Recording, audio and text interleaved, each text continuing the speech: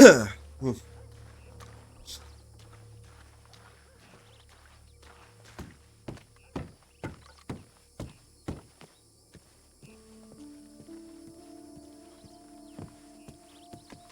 you trying to kill me? If I was trying to kill you, you'd be on the floor with a bullet in your head. I don't know, your aim's been pretty off ever since you hurt yourself. How many times I hit that bell coming in, I'd say it's still pretty damn good. Eh.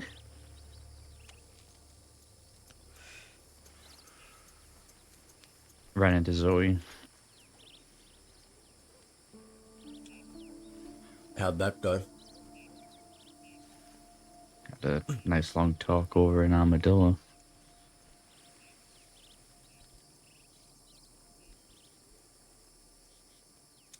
About? I guess the whole situation.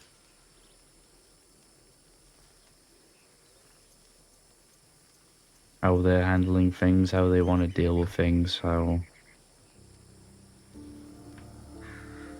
I guess their standpoint on everything.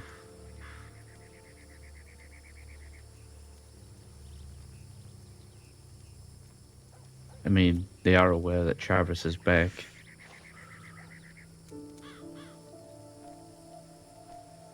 Yes.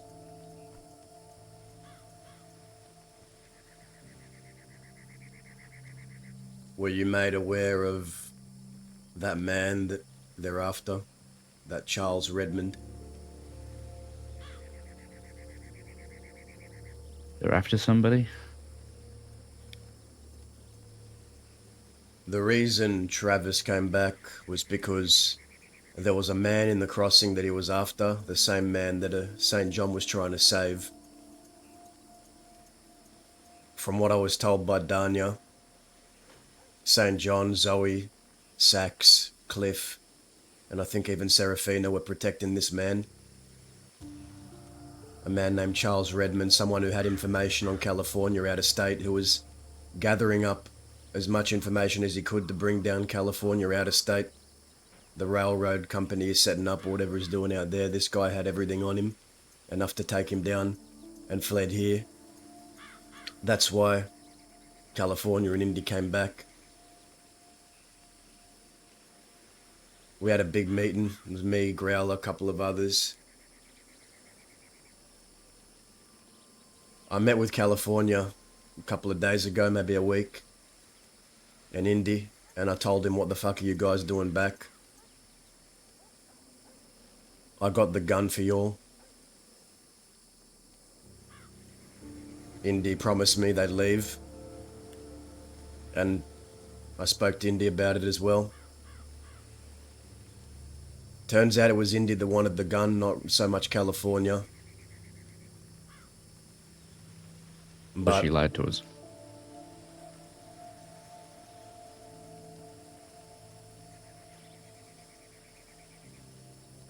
don't think he lied, What? but it wasn't necessarily the whole picture when it was told to me. Way he made it sound was that they both wanted that gun back real bad. California apparently didn't really much care for the gun. He more cared to see St. John's face. Withholding truth. Still lying. I just don't understand why Indy couldn't have been honest with us about that. And just said, hey, I want the gun back. We still would have done it all the same.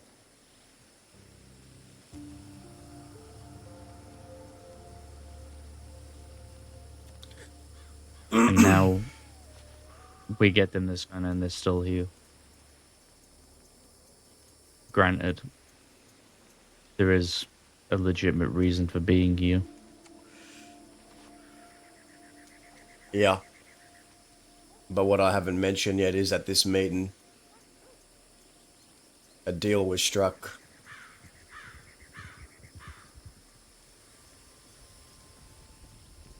Who the fuck is this?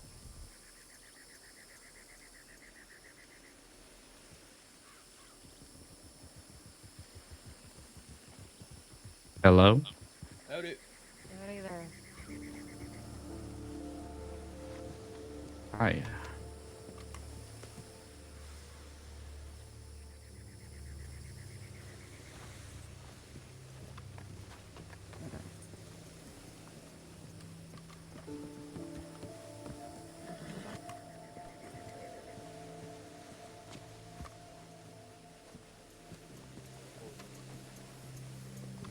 Who are you trying to speak with?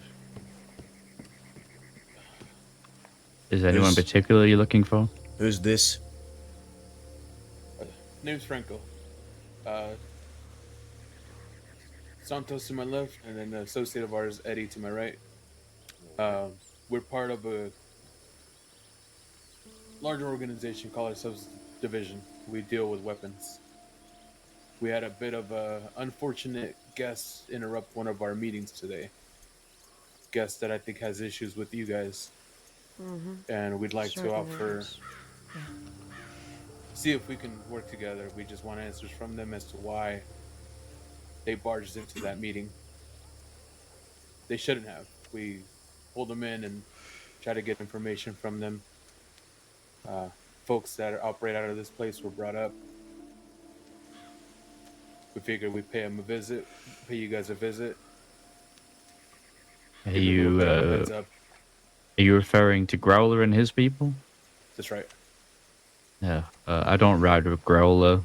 Dazza here. Maybe it'll help you a little bit more. The division. Does he have a second to have a conversation, if that's all right?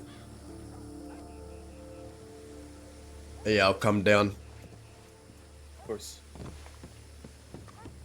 Wait at the door. Is there a place I could put our horses? Or... There should be some hitching posts to your right or left. Yeah, I'll see it.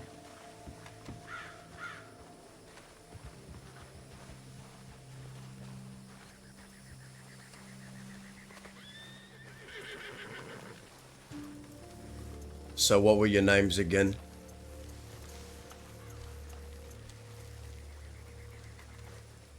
Franco Sanchez, pleasure to meet you. This is Carmelia to my Carmelia left. Santos. Behind us is an associate. He's not part of our group, but he is a close associate. His name is Eddie. Okay, and when you say group, what kind of group is this? Are you all running guns? Are you all riding around? What kind of group am I talking about here? Discreet weapons. Clean, dirty. We sell by the crate load. Okay. Sell to different groups, different folks that are looking to acquire weapons. We usually only deal in bulk. We had a bit of a... We were mid-transaction with another group today when we had an unexpected visitor barged into the doors. So we politely led them into the meeting room, weapons drawn. Okay. You can come in.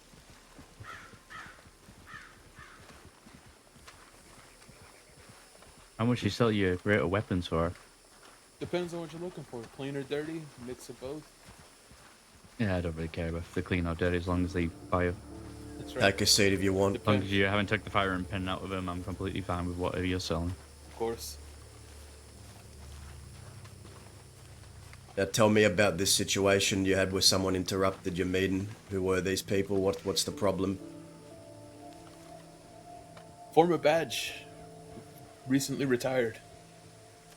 Likes to poke around where his nose doesn't belong. It's always an been Empress? St. John. Oh. Pokes his nose where it doesn't belong. He's been suspicious of us for quite some time. He's had his suspicions about me personally, but he's never been able to pinpoint anything. We were middle of a transaction and he decided to knock on the door, so we let him in. Okay. So a former He deputy was interrupted your gun meeting. What did he do? nothing. He stood there like a deer, staring off into the front end of a wagon. So we let him kindly inside, see what he can spiel. Started spieling about how the folks down here want him dead. Want him dead? Precisely, that's why he said. He said how badly he's trying to survive amidst all this chaos that his life has become. Hmm. And Figured we'd come down here and just give a heads up that he's on some vendetta, on some vengeance ride right now. I believe is why he let go of the badge, is what it seems like. I don't know what he can do. I don't know what he's capable of. He was speaking very much about vendetta and how him letting go of the badge was him letting go, loosening those chains he had. We That is also very know interesting.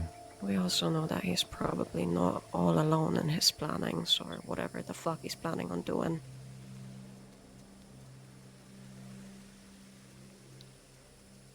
I'm not all assuming alone. you referring to other deputies who recently put down their badges as well.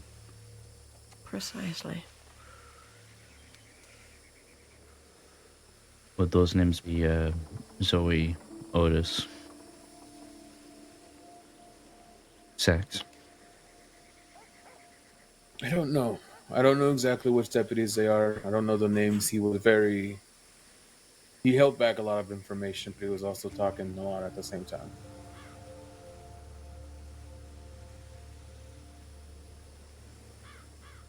We don't trust that he is going to keep quiet about him interrupting that meeting.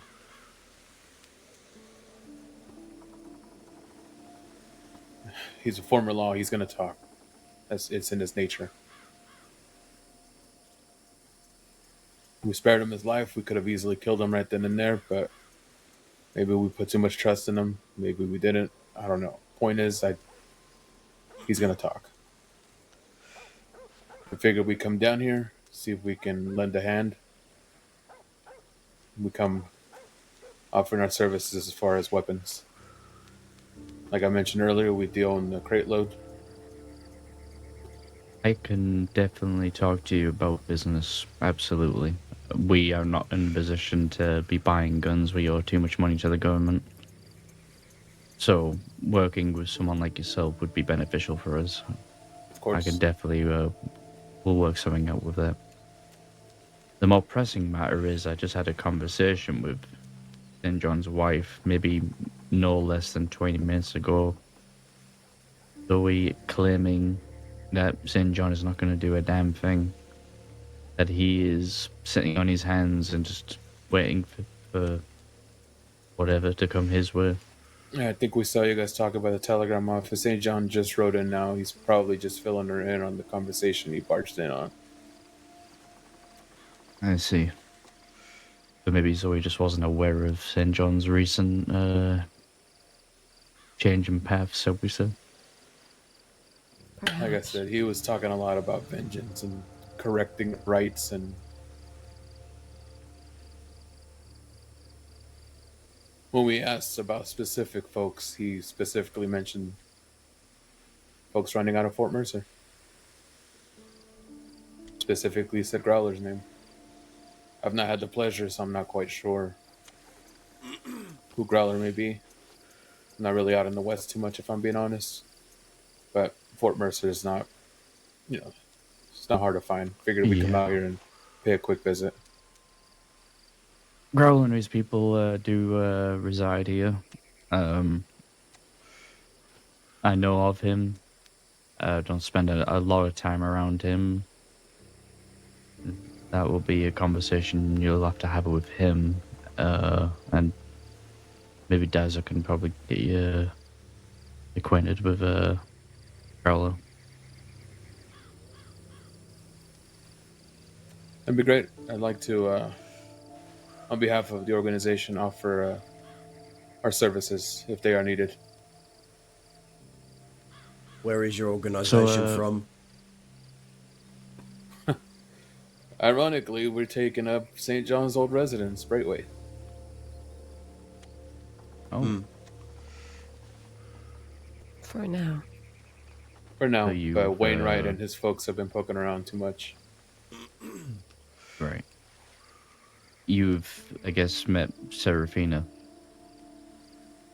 Serafina. Lady red hair. She's usually around the manor quite often. I don't think I've had the pleasure. In all honesty, we did not see anybody like that ever since we've been there, which has been well over a month. Okay. I will just say,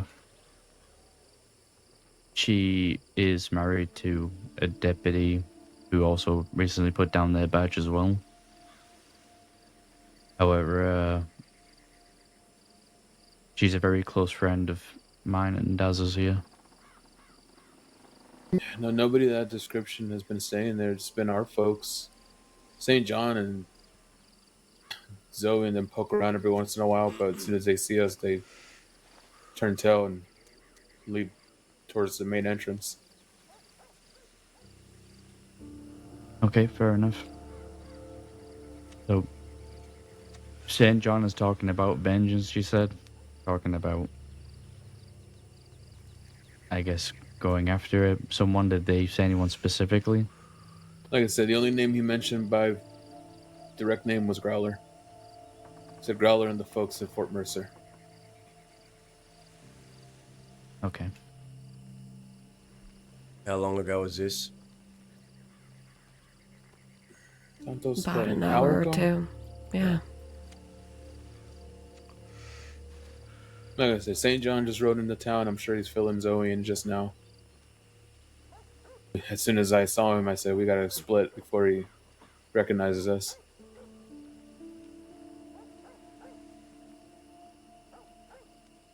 Heading to Tumbleweed, and I said, why don't we stop by Fort Mercer and see if anybody's there?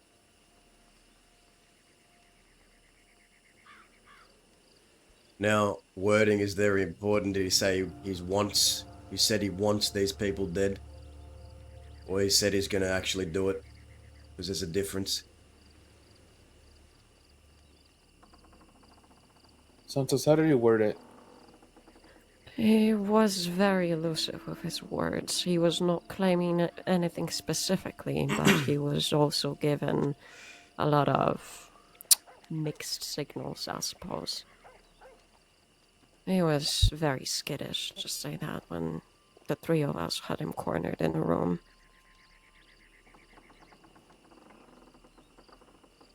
Okay. Now, you came here to speak to Growler. Obviously, Growler ain't here. I do know him very well, though. Now, if you want to speak to him, be my guest. I can give you his contact details.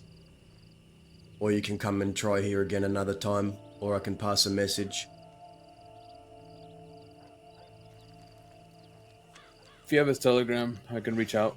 Because we're willing to meet. If he wants to meet with That would any of us, require we us. can definitely sit down. That would require us going to the telegram office. I don't know it by heart. That's alright. If you want to hand him mine, then mine is pretty simple to remember. SG 400. All right.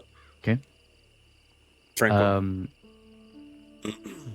regards SG to 400. weapons and everything, how much are you willing to sell, like a crate of navies and a crate of Lancasters? Let me take a look. Full crate, 8 and 8.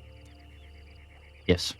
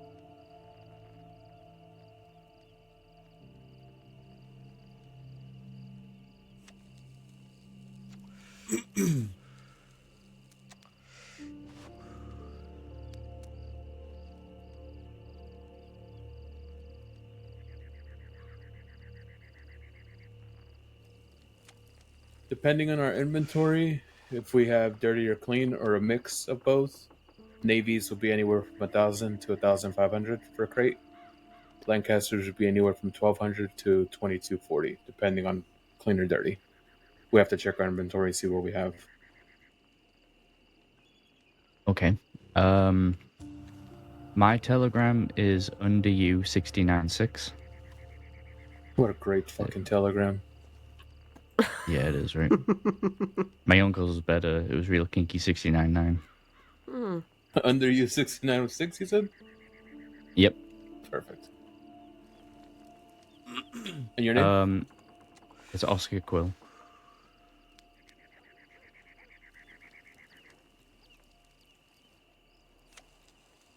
That's Quil. I'm interested in a creative navy, so if you want to check your stock and get back to me on that, we can probably work out a deal. Yeah, absolutely. I'll check stock tonight. Where's latest tomorrow? I'll send you a telegram, give you a price quote, and if that works, we could deliver. All right, sounds good. Sounds good. Fantastic. Well, thank you for coming over and letting us know. Yeah, of course, of course. If there's anything we can do for you guys, weapons, we can get elephants, Springfields, pumps, whatever. Just let us know ahead of time. We can work on getting those as well. You said Clean elephants. and dirty. I think we just sold 2 a while back, a couple weeks ago. Yeah. Okay. Might take us a little bit to get one, but I'll have to check our inventory. Okay. All right. You want me to check on that, see if we have any? Sure. Yeah, sure. Let us know if you have any in stock. Okay, I'll add that in the telegram, see if I can. I'll check with my supplier to see if they have any in stock. And if not, it'll take us a little bit, but we can get one. Yeah, no rush. All right. Gentlemen, it was a pleasure. If there's anything I can help with, you have my telegram, SG400. Reach out. Don't mind traveling out to the west. Yeah, no problem. No problem. I'll reach out to you if there's any other questions, but yeah, thank you. That's good information. Of course. Of course. You both have a pleasant evening. Yeah, stay safe out there. You as well.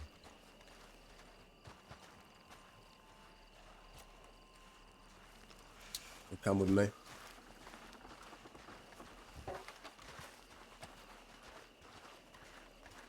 I'm gonna go and get a stew.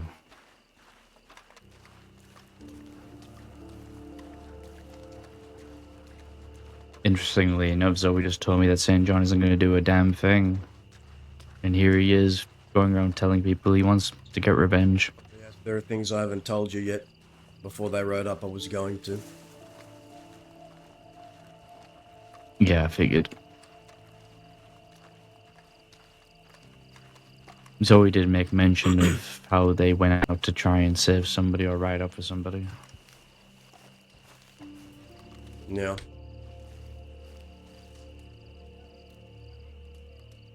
This next part's important, but I just want to keep it hush at the moment.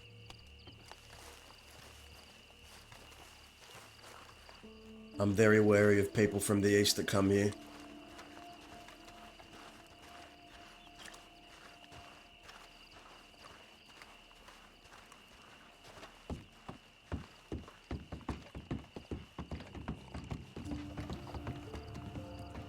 When people come here to give information like that, usually they want something in return. But it was good information nonetheless. But what I was trying to tell you was this man, Charles Redmond, had enough information to bring down California in a different state, fled here. California and Indy came back to take care of him. But an agreement was made at a meeting that I was present at. Tried to meet with California and Indy, but the law somehow fucking found the place, so they had to move. I was getting trailed all day by lawmen in bushes. But the long and short of Yeah, it I figured is, as much. a deal was made. Growler and his folk killed Charles Redmond, but they weren't going to do it for free. Oh, he's dead. He is dead. Danya confirmed that as much to me. I see. So it's So, been done. so it's taken care of then? No. Because there's another part at play here. An agreement was made that if Growler and them helped kill Charles Redmond for California, that California would help them deal with St. John once and for all.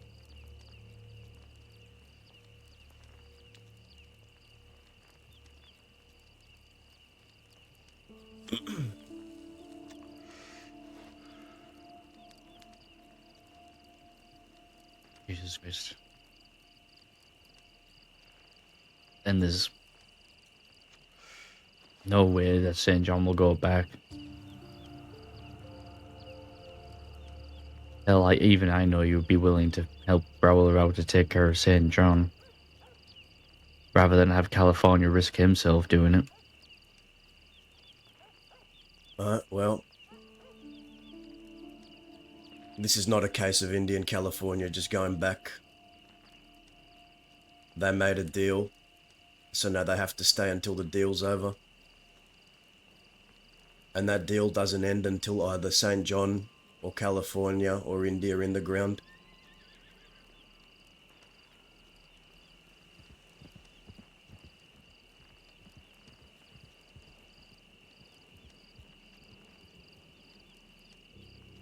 Things are never simple, are they, Dazzle? No. You know, Zoe,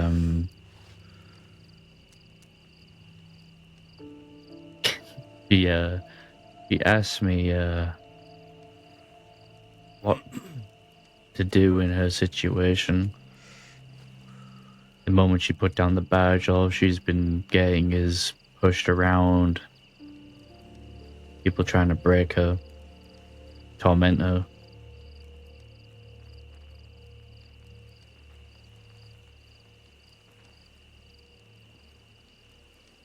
Try and get a reaction out of her. And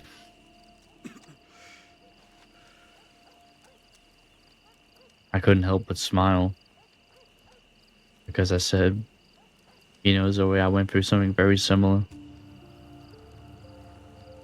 At one point, I found myself in a cage, hanging over a canyon, in a circus wagon on the top of a mountain, being pushed around, shot, attacked. Because people want to see a side of you that they believe is there.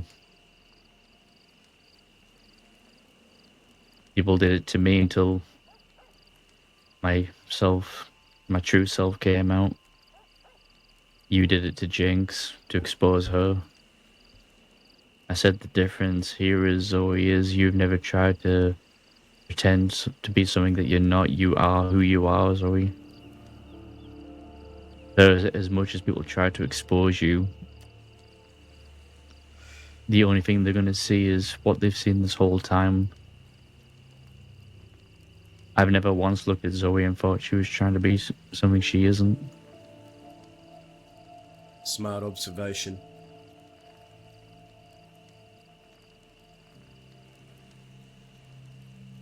But she doesn't want to break, and I said, Zoe, in this life, even if you don't want to be an outlaw, you're going to have to think like one, you're going to have to live like one, act like one, but not actually be one. If you want to survive in this world, you don't have the badge, you don't have your colleagues, you don't have the necessities that were afforded to you when you were a deputy. And that comes with the territory of, even if you have to defend yourself, you may even find yourself on that island, and then you might break. Oscar, Yeah. when you were younger, running around on streets or whatever you were doing back when you were before here, you ever used to run across stray dogs? You ever used to feed stray dogs or get close with dogs? Yeah, sure. Some would be There friendly was and then... Go ahead. there was one dog, actually, when I was growing up on the farm that I lived on back in England. It was a Labrador.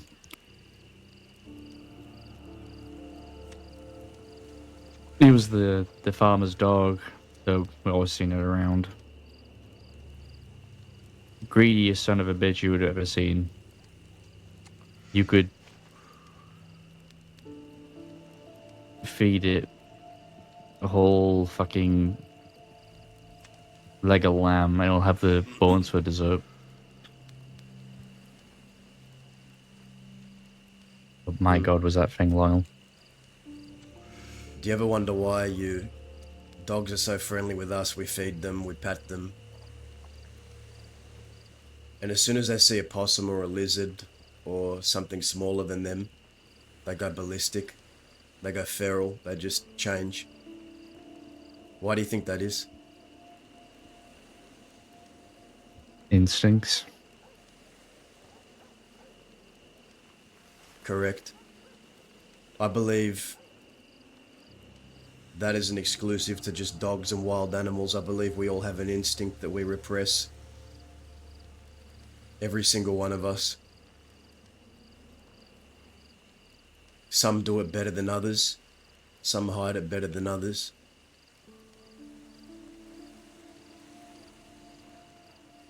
Some bury it altogether and never show it.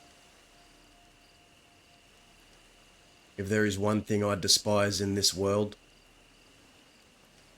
it's people who present themselves as something they're not. Because I would rather be hated for something I really am than loved for something I'm not, Oscar.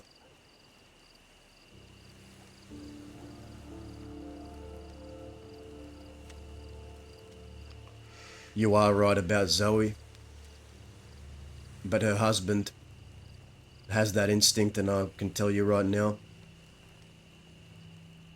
the day that Charles Redmond died, before that happened, I ran across them all on a big millet fucking wagon, armoured wagon. It was Zoe, Serafina, Sax, Cliff Otis. And I come to now realise they probably weren't transporting goods, but a man in the back. We spoke for a bit. Serafina and Sax tried to distract me, but I said, oh, let's go look at the wagon, let's go say hi to St. John. We started talking.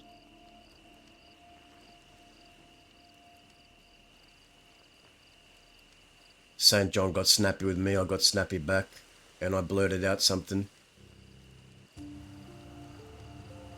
I said, these games that you try to play, if you keep trying to play them, the cage is where you'll end up again.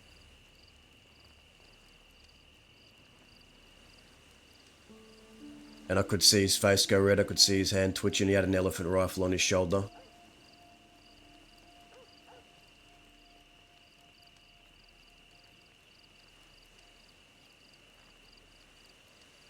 And he was trying to say something, but then Zoe was trying to calm him down, and I said, no, let him speak. Let him speak with his chest. He obviously has something he wants to say to me. Say it, you snivelling pussy. I pushed him a bit, just to see what he'd do. And then I said, you're fucking pathetic, and then I went to ride off, and then he said, he screamed my name, and he got off the wagon, elephant rifle on his shoulder.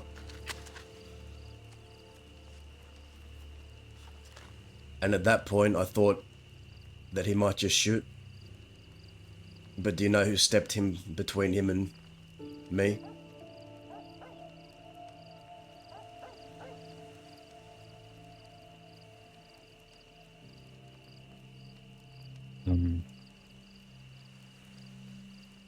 Zoe? No, it was Serafina.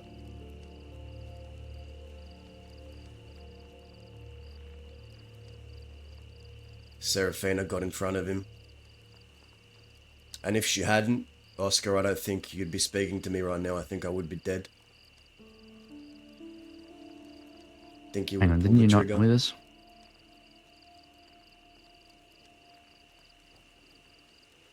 Or maybe Serafina told me, I don't know. Or maybe she did.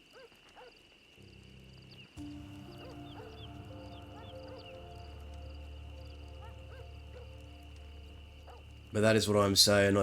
Don't think he is presenting himself as he truly is, and that aggravates me. That aggravates me with anyone I ever talk to or meet. I think he says he's not going to do anything, but I think he either wants to or is planning to. I don't think this entire thing ends until either California or St. John is dead. One of them will die.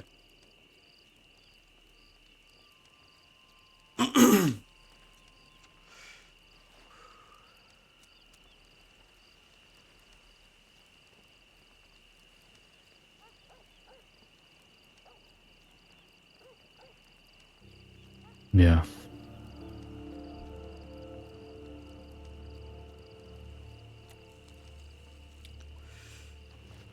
And if Travis dies?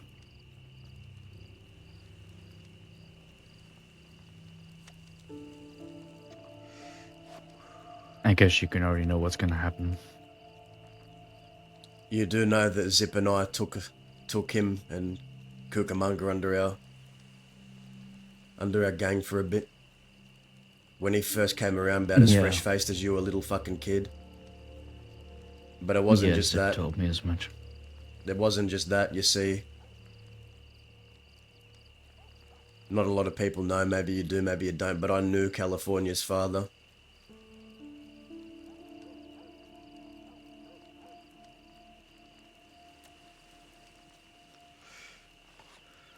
Probably one of the few deputies I actually tolerated. You see, back in my heyday, if you want to call it that, I was under arrest and I had my hands cuffed behind me. Cook and them tried to break me up. And while I was handcuffed, I was fanned in the back by a deputy. And I was fucking fuming when I came out and I wanted to kill anyone and everything.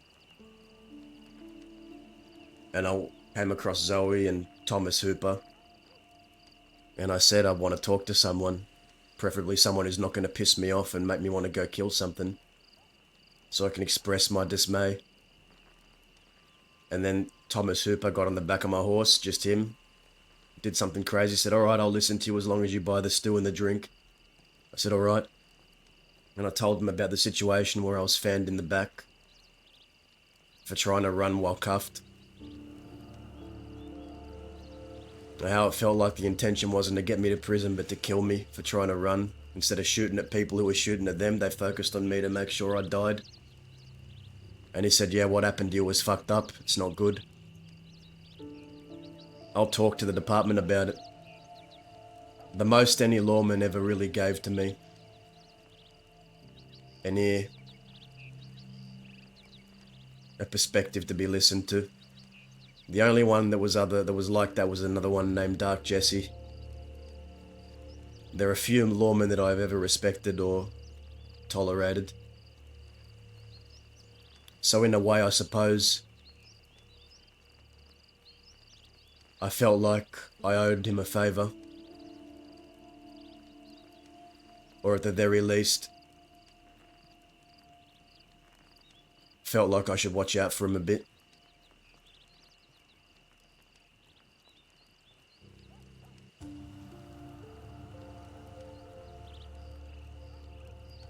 Truth be told, I think I care more about his life than he cares about his own right now. After he killed Tia, after he killed the love of his life, he was never the same. But what he has is a chance to leave all this behind him. But some people just can't let go of the past, Oscar. Some people are vicious sentimentalists. Ain't that right?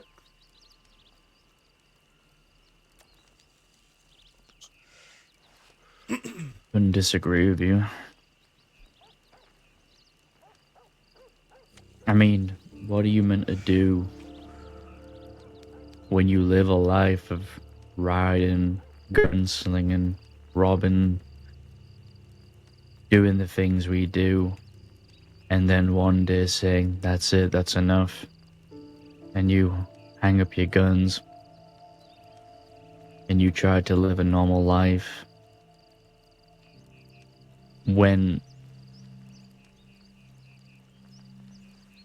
you finally kick up your feet and slow it down, but have you really slowed down?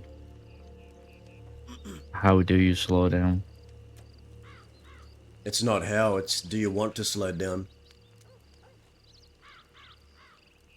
If you do, then you can start Even thinking if you about want the how. to, even if you want to, how can you? Well, it goes back to what I was It's not saying an about easy that adjustment. dog.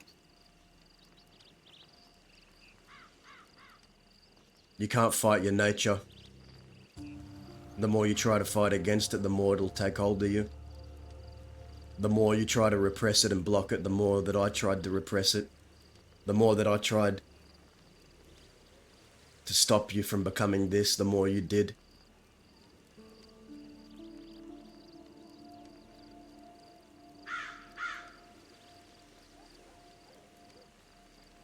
Zoe asked me a question.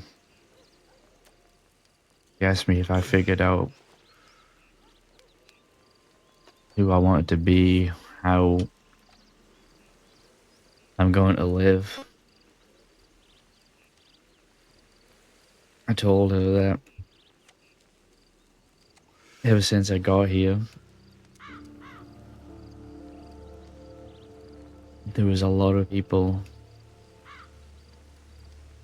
who knew I I bore a name that came with a certain expectancy. At the time, I had no idea what they were talking about. People would tell me stories of my family and what the Quills had done, what they achieved, and I guess everyone was expecting these great things, and at the time, I remember just being scared of the idea of ever doing anything like that, with fear of going to jail or getting hurt. But in the end, I was getting hurt because of that name. I was getting beaten, shot at, attacked, robbed.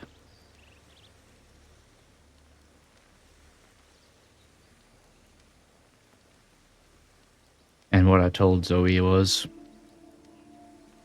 it came to a point where I put my foot down and I said, I'm no longer going to allow people to do that to me anymore. I told her when she tried to arrest me that day in Rathskeller after I stabbed Preston, I said it was her who made me realize who I truly was. Because even though I was just trying to live the life I wanted to live it, sometimes you can't fight against who you are. And it was her who made me realize who I was. Then I shot her and Lacey Darling down Rathskeller. So we almost died that night.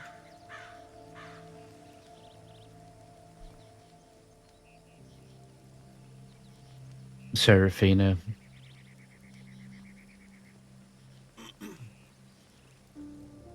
made me promise that I wouldn't harm her or her friends again. That's when Sax took the hat to punish me.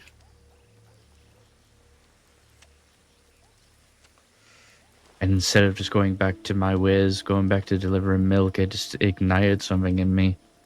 Because it just felt like somebody, again, was telling me what I can and can't do, trying to push me around.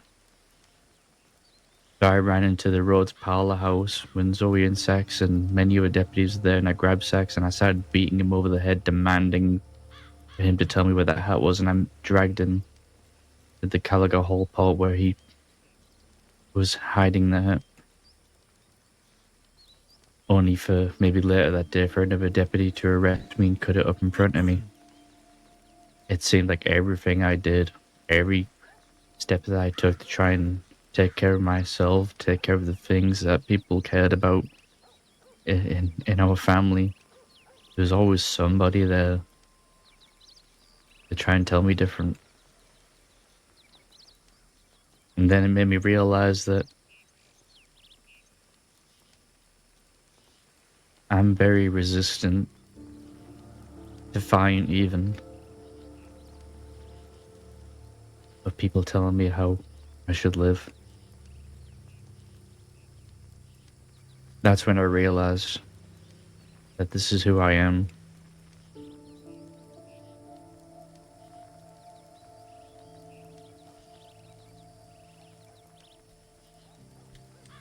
I am defiant against the law because I don't believe in the things that they want me to do.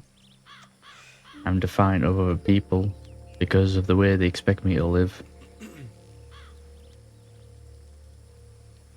I think that time when I lost my memory and you were telling me I was a rancher and this is my life, even though my memory was gone, my nature, my defiance was telling me otherwise, telling me that this person is telling you something that you are not and telling you to live a way that you are not expected to live. And it was that nature, that instinct that you talk about.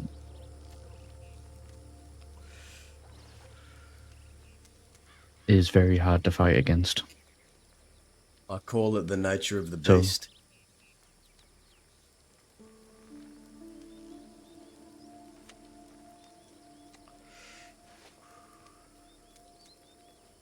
yeah. And St. John definitely has that nature in him. But goes back to what I was saying before. I'd rather be hated for what I am than loved for something I'm not, and I will not pretend to be anything other than what I am.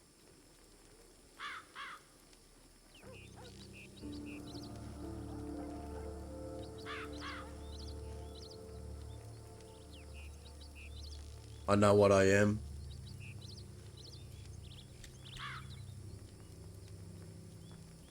Do you know what you are?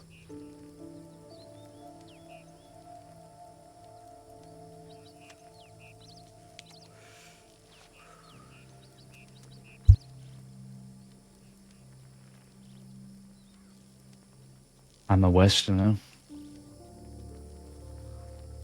stuck on values and ideals that I seem to have left a long time ago.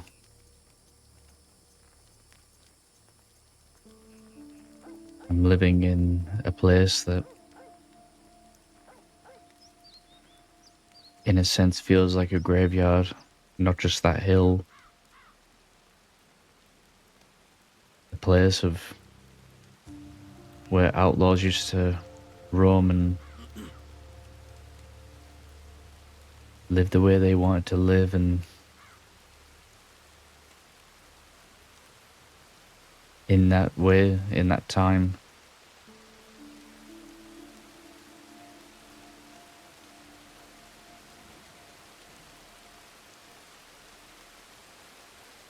feels like something that has long since been forgotten.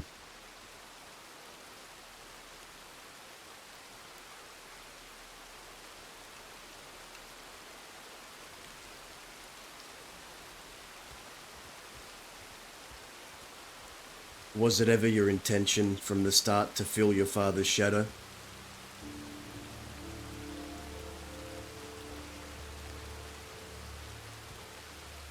Truthfully, I hated his guts.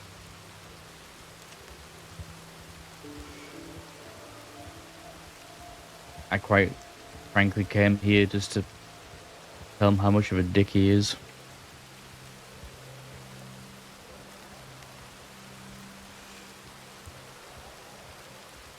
The way he left my mother.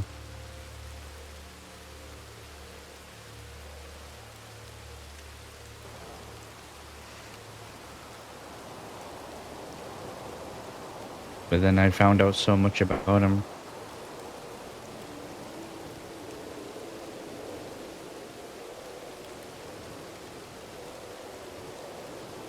And I still think he's a dick.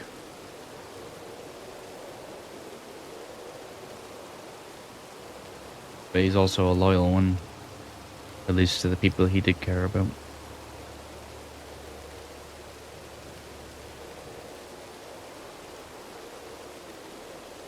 You're not him, you know. You're not him. In fact, I think you're something far worse.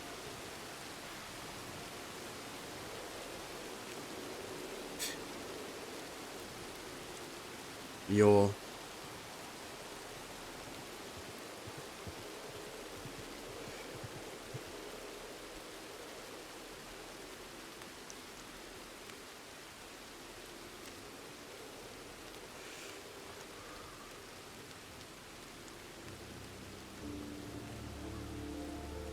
smarter than him in a lot of ways, but also a lot more dangerous.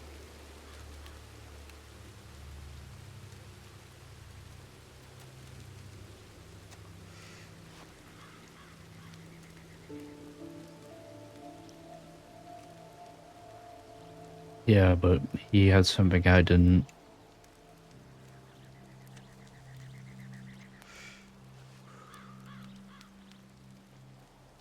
What's that? Foresight.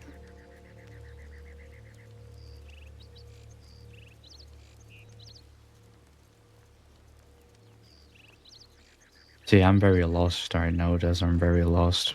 But my father, he seemed like he knew what his purpose was. I don't think that was ever unclear to him. He came here to be with his family and nothing else mattered. It was that till the end. And he had his trials and tribulations. Everyone does. But his foresight never changed.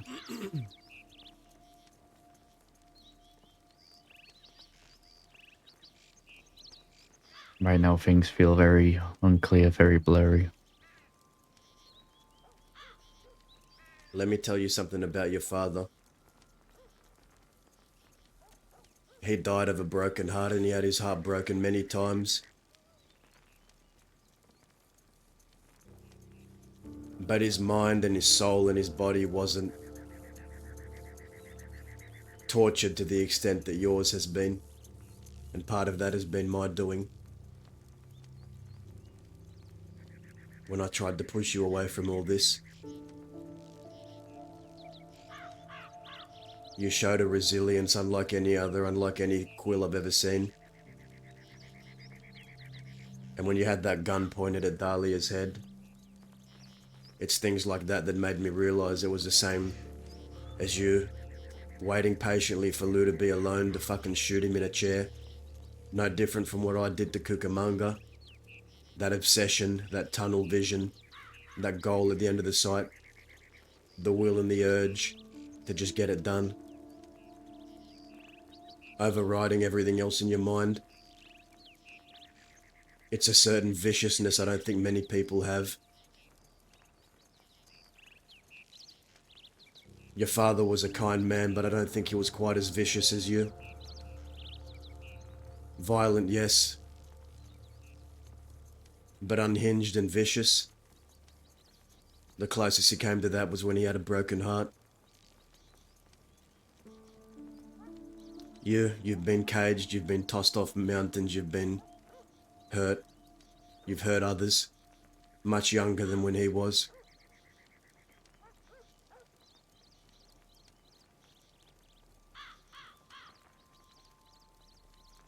You can either accept that or you can't. But that's what I see in you.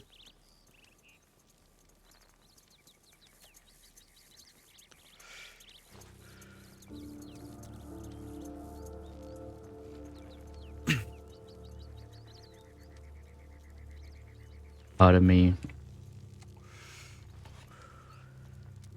sometimes just wants to draw my gun and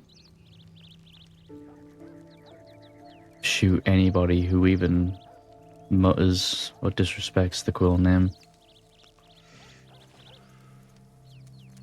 Disrespects anybody that I care about.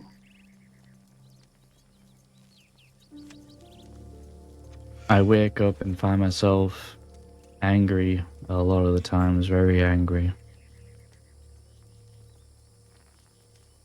Even now, what plays on my mind is the Wickers and how they threaten to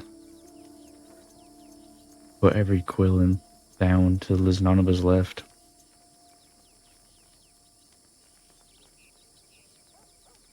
And if I ever hear word of them being in the crossing again, I'm gonna go after them.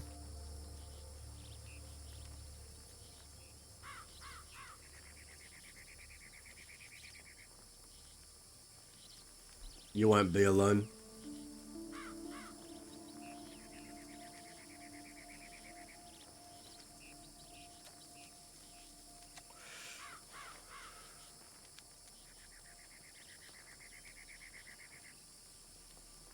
Had a dream recently.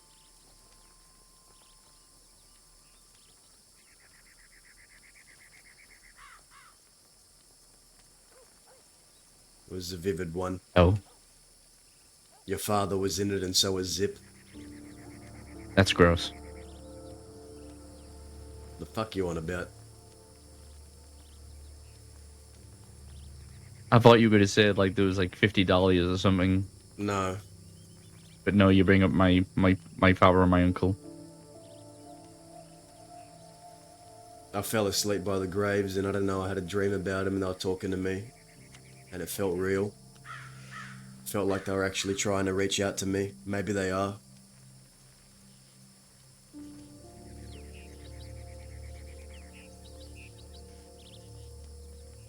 But it's time for me to make a choice, Oscar.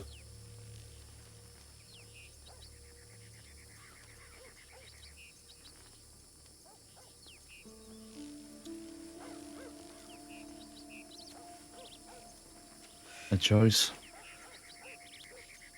You've seen how things are out here. You've seen the state of them. I either keep to the sidelines as I have been and observing, or I step up.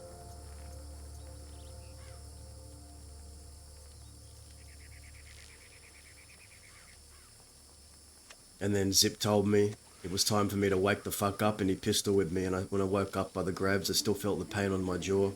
Ain't that funny?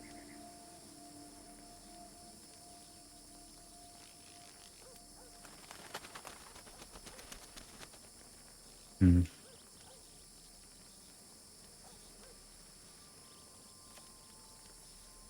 It really is been difficult without him. When I was around him, it just everything felt so clear. He knew what we needed to do, and I understood it.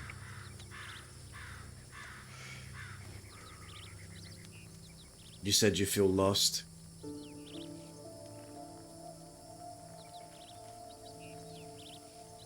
Yeah. Ever since, well,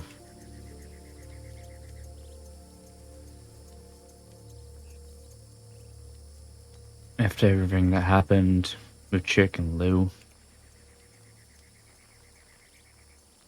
Alara used to always come to me and ask me, what should we do next, Oscar? What's our next, no, what's our next battle plan? What is our next move? I could never give her an answer.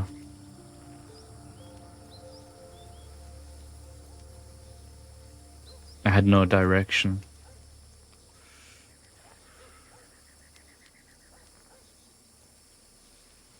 At the time, I focused on her and nothing else really mattered for a little while.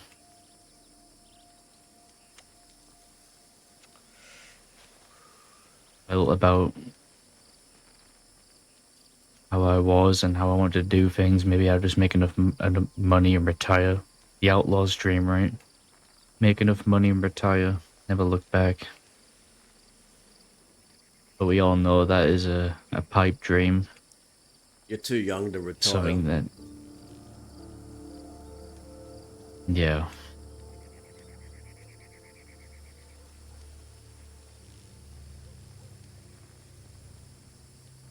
Me and Laura were doing well. We're making more than enough money.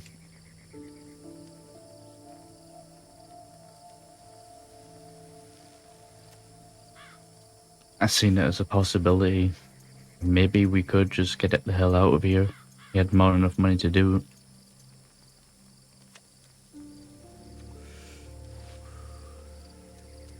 I don't know. I guess the one thing that kept holding me back is making sure I can visit those graves again at least one more time.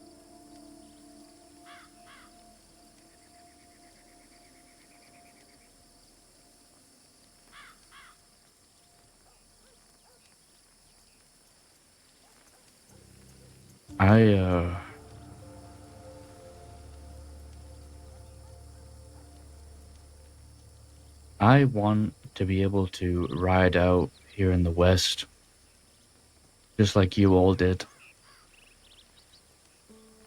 I want a group of people beside me,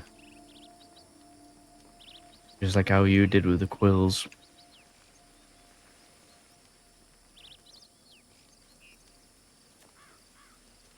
And I want to make a name for myself. Then go do it, kid. What's holding you back? You're capable enough. We all know that.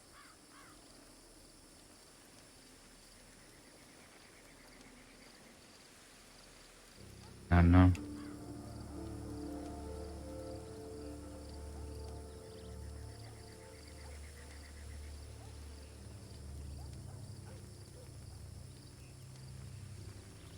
Right now, I think there's just not much left here. Well,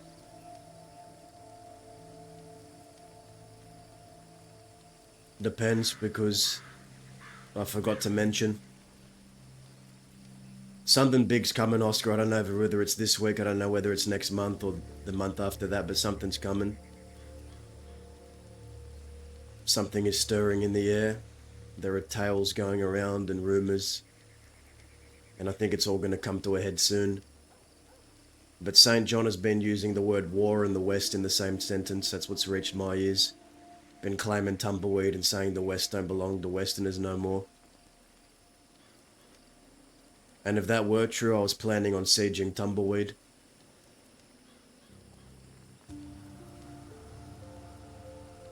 The West always should and will belong to Westerners. Because to me, a I will real always ride Westerner... alongside you, Dazzle.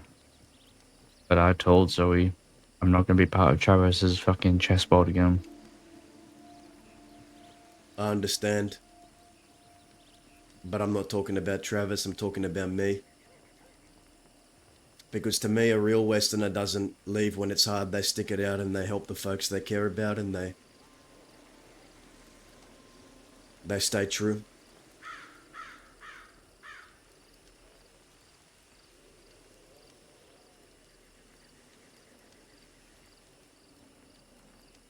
I think maybe part of the reason why I've stuck around for so long is because I feel like after I'm gone, there's no one really to take up the mantle.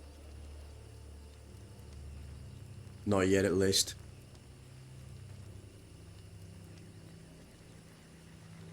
That's what keeps me here. Yeah.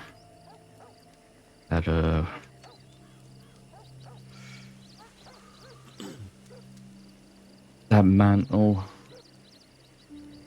shouldn't be just handed down to anybody. No.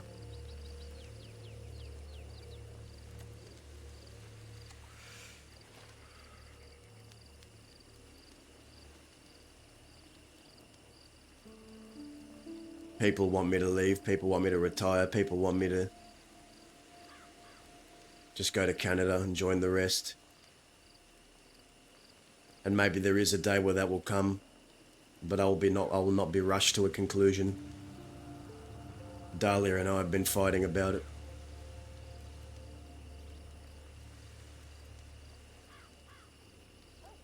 She understands, but only to a certain extent. She didn't dedicate her whole life to the West. She's from the city.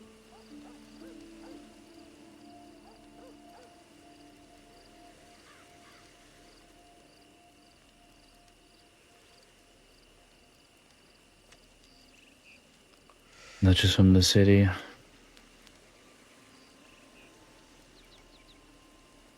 We rode with a gang whose values, from what I was told, were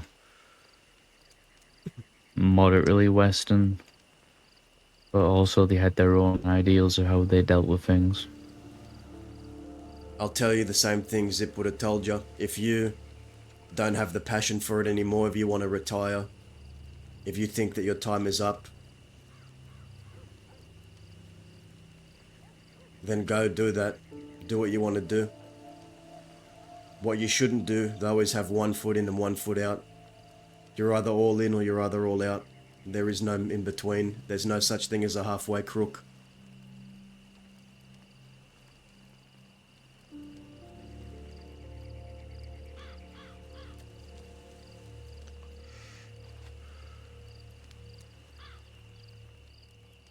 Well, if the Wicker gang no longer around,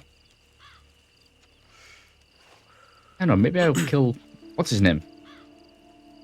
He was the one my father hated. Everett? Maybe I'll just go kill him. Maybe that way I can go visit the graves again.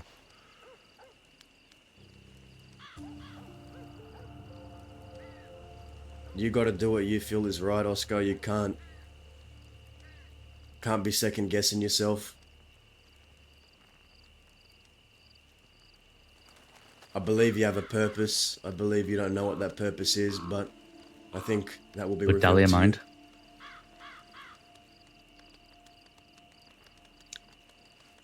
Actually, we'll schedule that. We'll keep that on the back burner.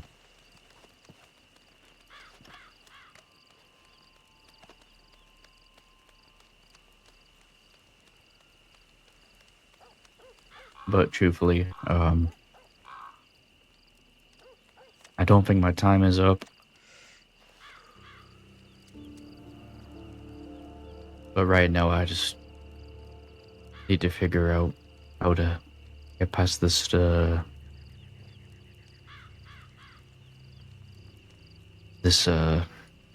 I'm stuck I in. want to tell you something I had never told anyone before, not even Zip, not Your hair's Dahlia, fake. I already know that, Dazzle. not anyone else. No, I'm being serious. Okay.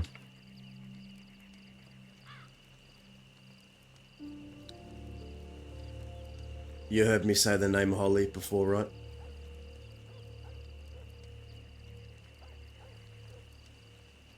Yeah, the lady buried by my grandfather.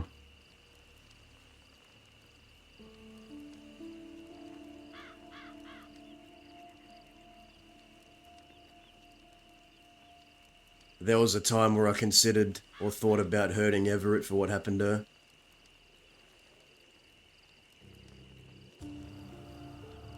When I was a kid. But the thing was, I was a baby fucking outlaw back then. Not much to my name.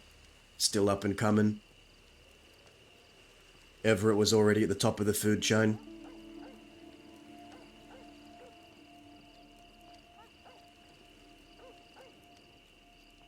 Going after him would have been a death sentence, and I knew that.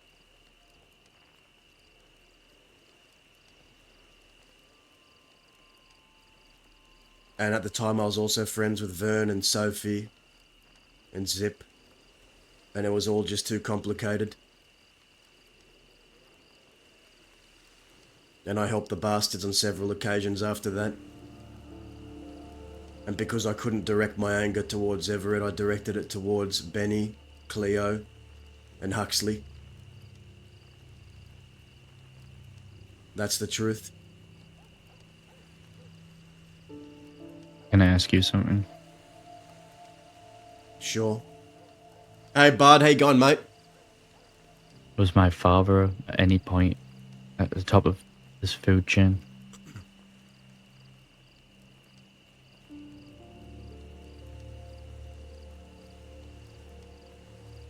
Your father stabbed Everett, one of the deadliest outlaws in the crossing, made him bleed, warred with him.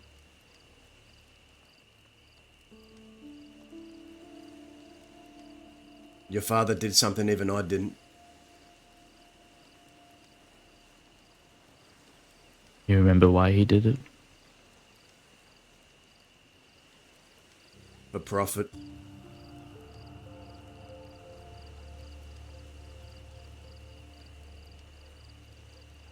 You see, Prophet's mind was starting to erode. He was a lawman,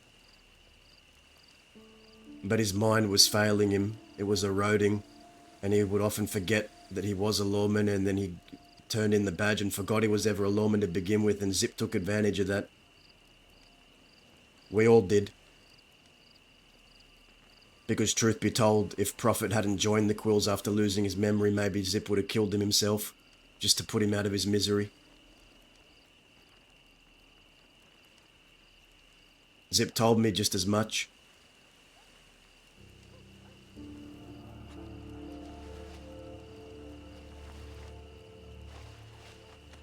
But it was the bastards then that ended up killing Prophet Quill. And your father stopped at nothing to get blood back. Because there had been a stain on his name, on his blood, and his family. And he stopped at nothing to get that blood back, and he did.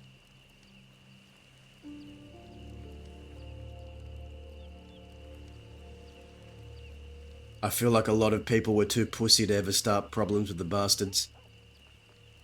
That's the truth, they were too pussy to fucking do it. But your father wasn't.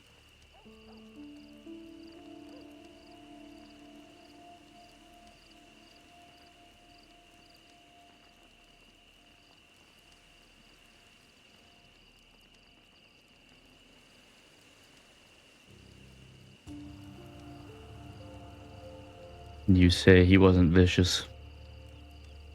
I think the difference between me and my father is he was controlled.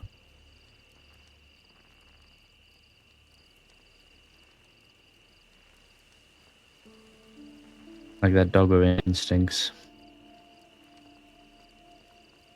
He was on a leash until that leash was broken off.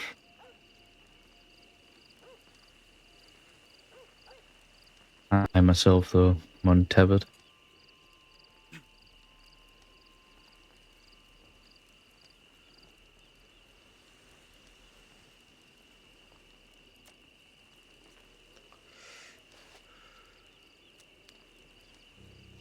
My father may have had his heart broken and stuff, but I think that's what fueled him. That's what fueled his rage. I think while I was with Alara at the time, if anyone would have harmed her, I would have burnt the entire world to get to the person who did it.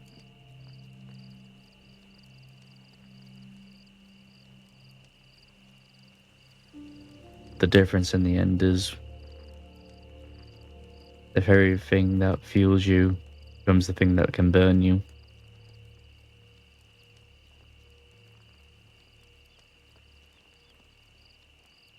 My father didn't know what to do when he lost it. Your father didn't see a future for himself. The way he was talking after he had his heart broken, he wanted what happened to him. I know that deep down.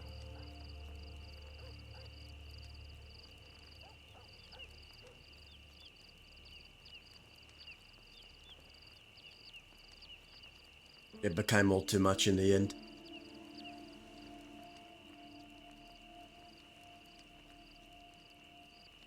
Yes, he was vicious.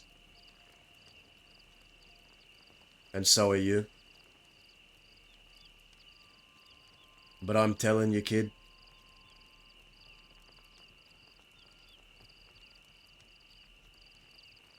what you've been through at this age is about 10 times more than he would have been through at this age. And it has molded you. And I'm just going to be upfront to you.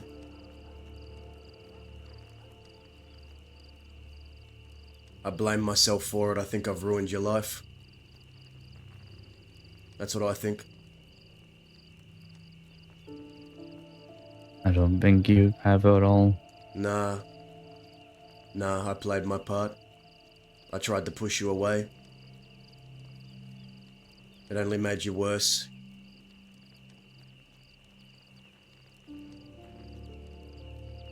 I think if it weren't for you, I'd be dead already.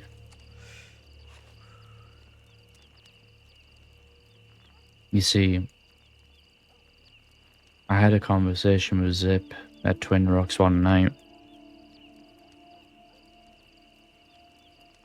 This is when everything was going on, and I was trying my best to handle things myself.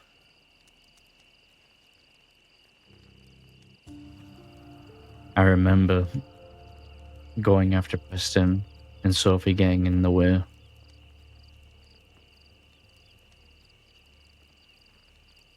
And then, when I seeked your guidance, you tried to help. Over at that broken down church in the Bowls Glade.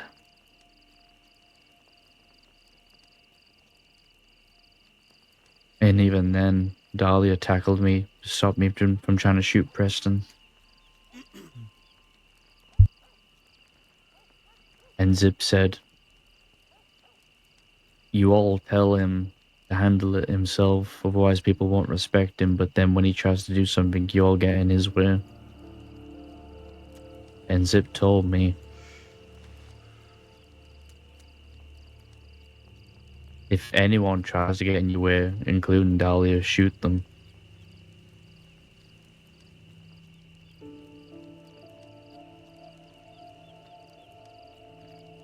Towards the end, he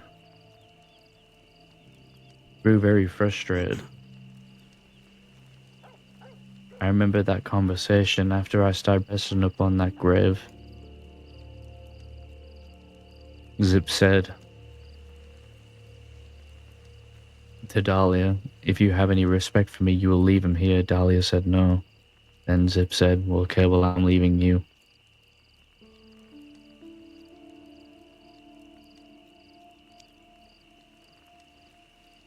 Those final weeks and months of Zip's life, he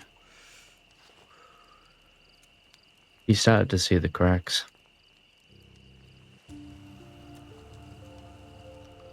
He loved the West, but he hated the people in it. Because they weren't Westerners, they weren't true Westerners. He saw it before anyone else. He saw it before even me. The people that we were in the West with, 90% of them weren't true Westerners, and he saw it from the very start. And ever since he passed away, I've been trying to fix what he saw and what I see now. The West isn't full of Westerners no more.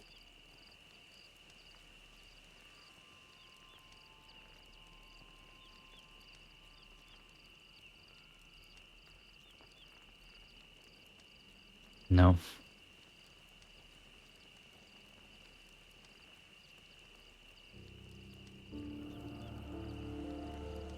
It's filled with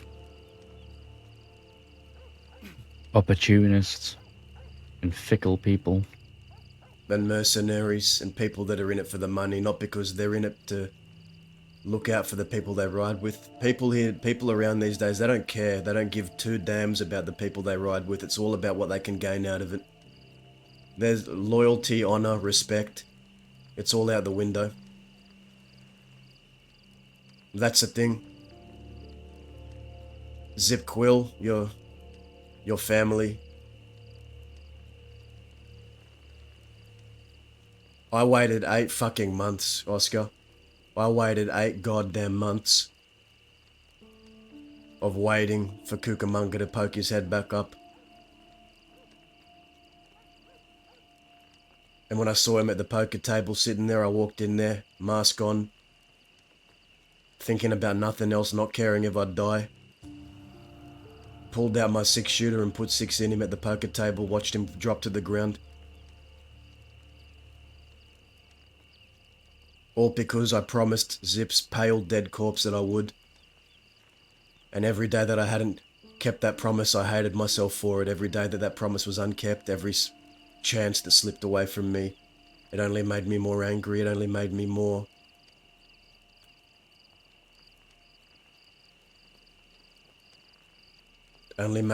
and my mind wasn't there. Because something has been broken inside of me for a long time now, even before I met Zip, even before I was a quill. Sometimes things happen and I lose control, Oscar. And I lost control. I lost myself trying to keep that promise.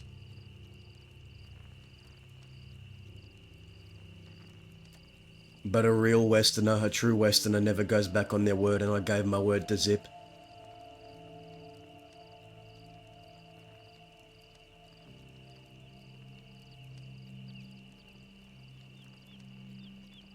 "8 months.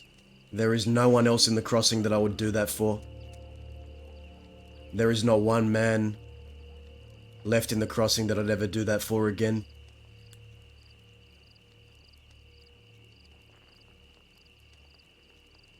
Because if I hadn't done it, Oscar, that's what it's all about. It's about waking up, looking at yourself in the mirror and saying, I was true to myself and I was true to my brothers. I could only do that once Cucamonga had been put down and blood had been spilt. Only then could I breathe easy. That is what he was worth to me. A year of waiting.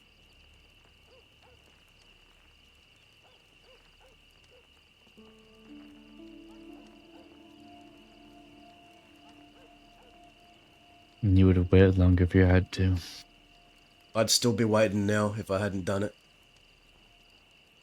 The rest they left, they're all gone. Millie's gone. The rest of the quills are gone, aside from my sister.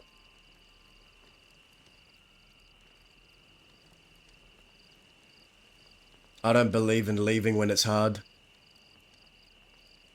I believe in leaving when the time is right, when you feel like you've done everything you can, and I don't feel like that yet. That's just the culture now, yeah.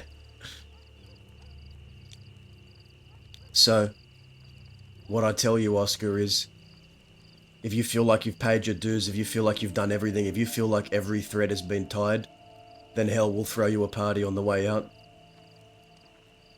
But if you're just leaving, or thinking about leaving because you think it's easier than staying, then I can't stand by that.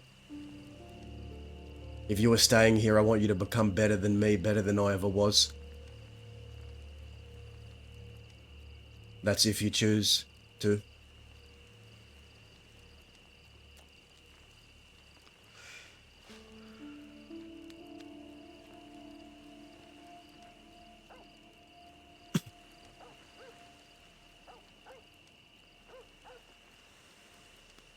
Part of me, as much as I loved my childhood, me wishes I was here sooner. To at least part of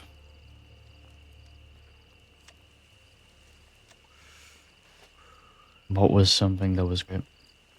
I guess I'm always just trying to chase after it. I'm always trying to find myself trying to reignite that flame and have it burn brighter than it ever did before. I would want nothing more right now than to have anybody who was ever in the Quill Gang, at least loyal to the Quill Gang, people that we cared about, smoking a cigarette with us right here.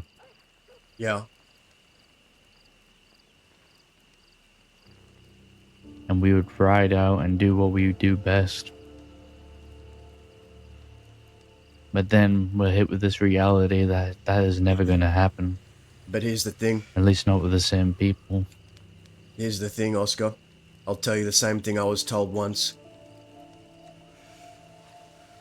in that dream I told you about. You see, people like you, people like me, we hold the current Westerners to a standard, an impossible standard. We're in a constant state of comparison to the old ways. But they are not them, they never will be, and how is it fair to compare someone to people they've never met? How is that fair on them? How is that fair to the future you might have with all these people? To keep comparing them to these old people? I'll tell you the answer, it's not fair.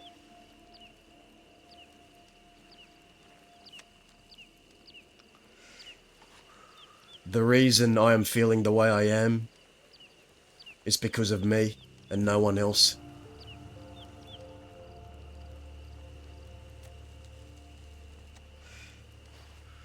The reason you are feeling the way you are is because of you and no one else.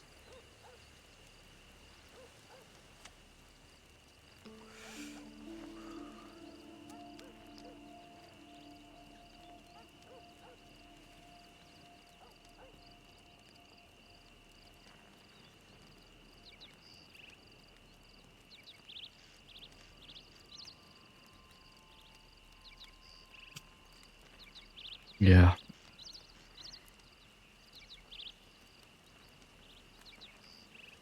Maybe one day.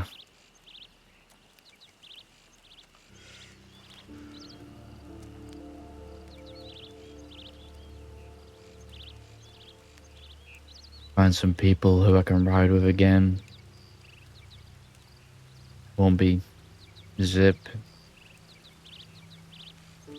No one's ever gonna be Zip, kid. You need to accept that.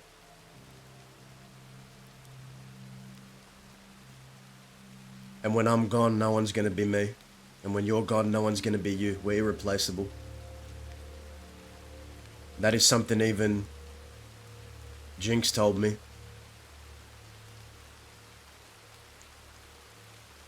Bud, much love, brother. Take care of yourself. Have fun, have fun.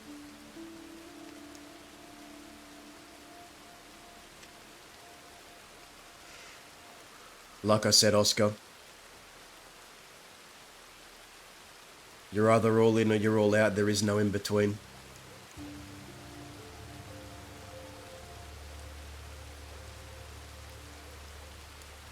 I've got a fight I need to fight out here still. And I'd imagine there is a reason why you have not visited those graves yet.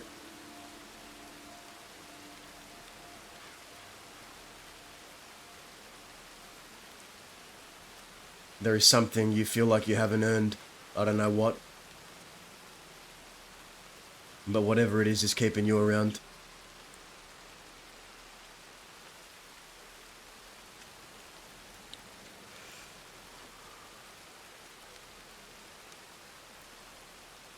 If they were alive right now, I Nova! don't think they would want me anywhere near them.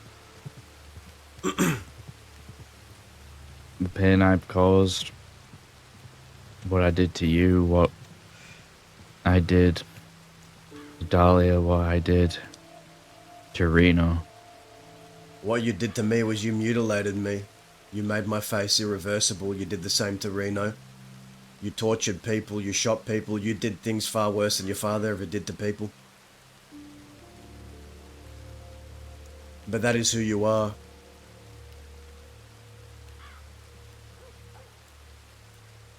When I speak of that unhinged nature, you are worse than your father.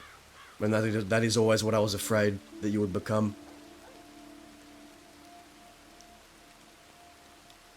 You're more vicious and ruthless and unhinged than he ever was.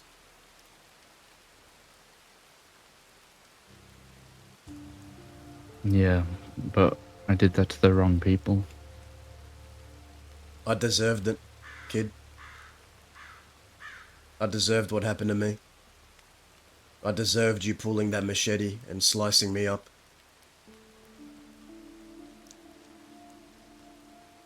You know, I don't know why I took Reno up to those graves and cut his eye out.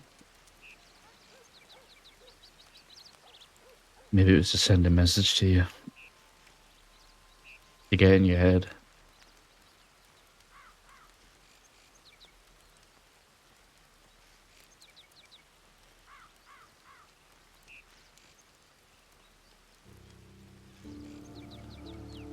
I don't know what I was thinking, but at the same time I had a fucking ponytail, so my life choices at the time were not the best.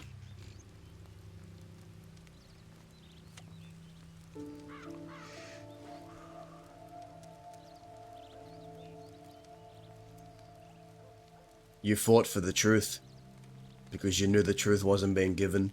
That is what any Westerner would do. I withheld from you. But it didn't matter in the end because you still became this anyway, and that's my fault.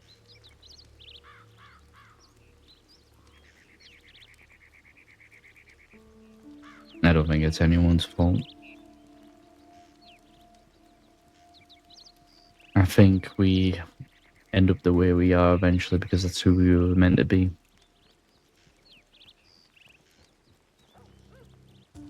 Even before everything happened between me and you, I was going out there and stabbing people, picking fights with people.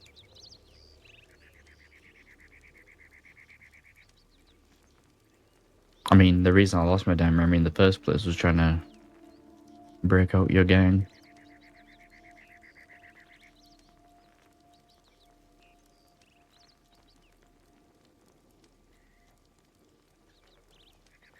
I do want you to know something. I don't know what's coming in the near future for me, for other people out west. But in case I don't get the chance to say it again, I am proud of you.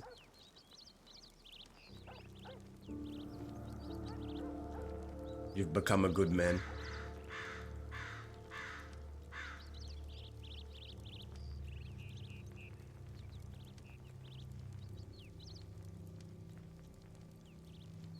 Well, I had a good teacher. I want you to make me a promise.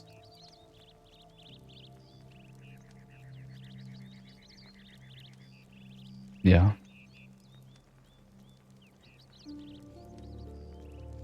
And what's that? If I am to fall, if I ever do fall, can you keep the memory alive?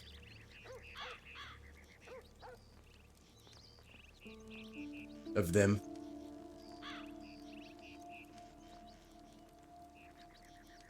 Goes without saying, Dazzy, you know I would. You especially. Me, doesn't matter. They don't deserve to be forgotten.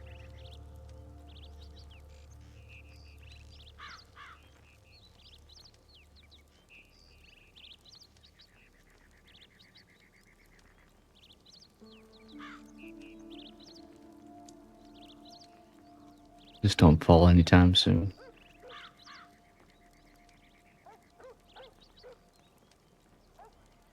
I don't want to be having conversations with you when you're not here.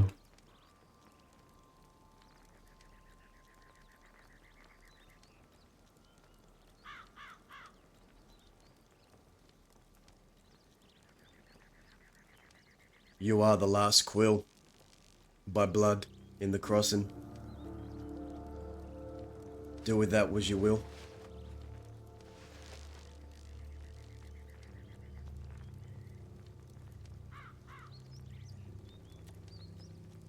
Yeah, I'm sure I'll figure it out.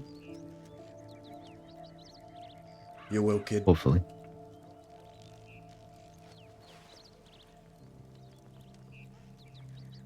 I have telegrams I need to check. Alright, I'll come with you. Also, I think I gave someone my canteen. I think they stole it. Or at least didn't give it back. I might have a spare one I can give you.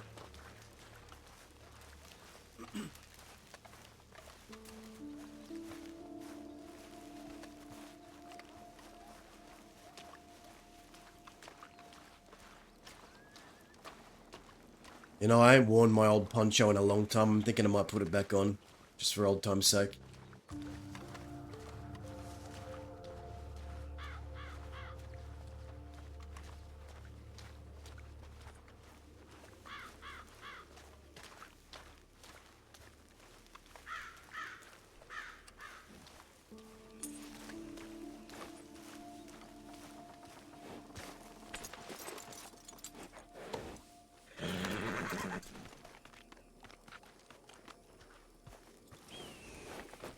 Here, reach out to me, kid.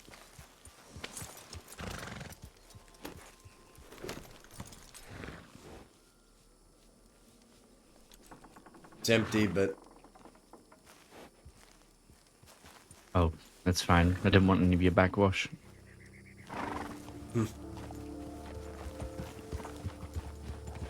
I'm just saying, I don't know where your mouth's been. it's been in many places. I went on a drinking binge last night. Yeah, I could smell the alcohol on you. I didn't want to say anything. Dahlia's just been fucking down my throat, man. Well, I know you were saying your mouth's been in many places, but I didn't need to know that. No, I mean as though she is very stubborn like me, and we've been butting heads a bit, especially about this whole me making promises that I'd leave the crossing. When I made no such promise, I said my priority was to get enough money to eventually have a future, which I do want. But there are other things that are coming first at the moment. I did make a promise to go to Canada and see those kids, and I did that. I've kept my promises, but Dahlia wants everything to happen now. She wants it now, and she just needs to be a little more patient.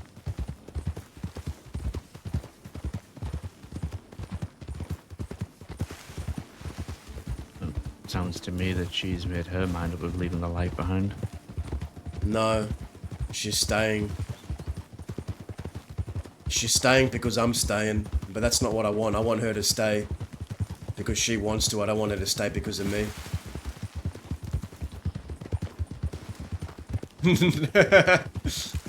No, but the argument Dazza and Dahlia had was so funny. They Yeah, both proceeded to get drunk.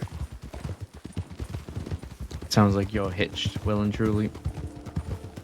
Never fall in love, alright? Nothing but trouble. Oh, well, that's a... So I met this redhead. Fuck off. I'm kidding. You better be. I think you would've... Your father didn't learn his lesson and you didn't either. Did I not warn you? Watch out for redheads. You did. You need to listen to me more. But to be fair, this one didn't run off with a deputy, just my uncle. Which I can't tell which one's worse, to be honest.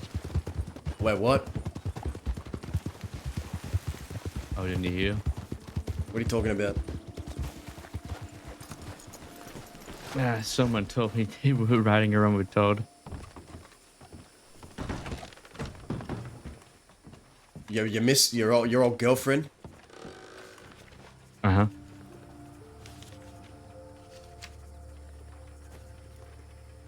Alright, here's the plan.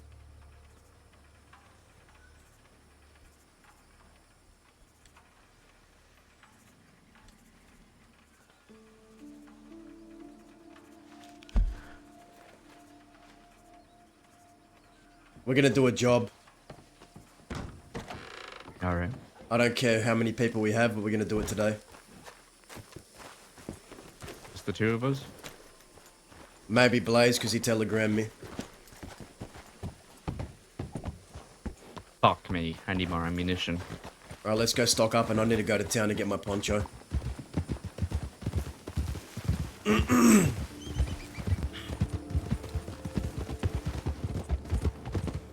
Didn't know you had one. I'd never wear this one, really.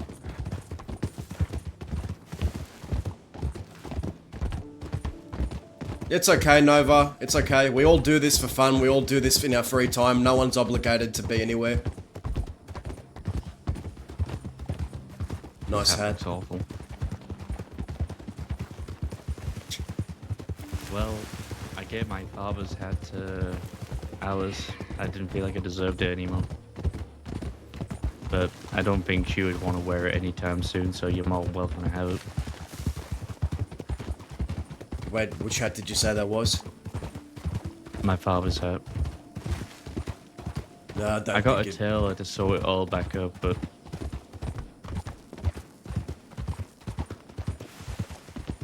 I couldn't do that. I couldn't wear your father's hat. I don't think it'd suit me, and I think maybe it's better off with you. I don't think I can suit any hat.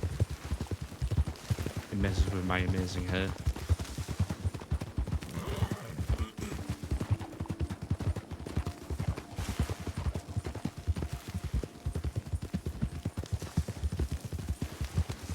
I did speak to Todd a few days back.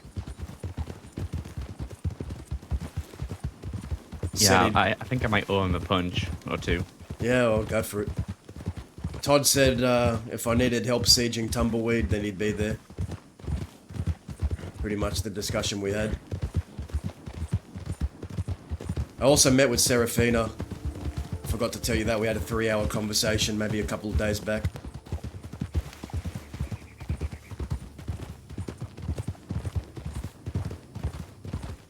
Was this when before or after we ran into her at Riggs? After, but we met up, just her and I, and she said she didn't want me to die. She wanted me to live to a nice long old age because she thinks death too early would be a blessing for me. And I said, well, you might not get your wish if Jinx or St. John have anything to say about it. And then her face changed. Does make me wonder.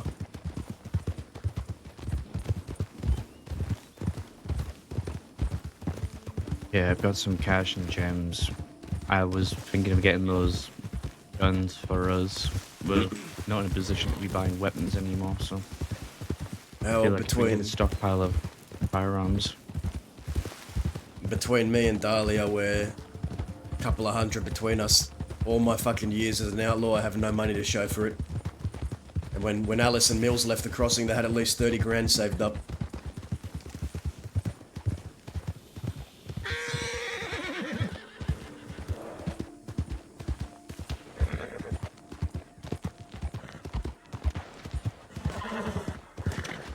The hell?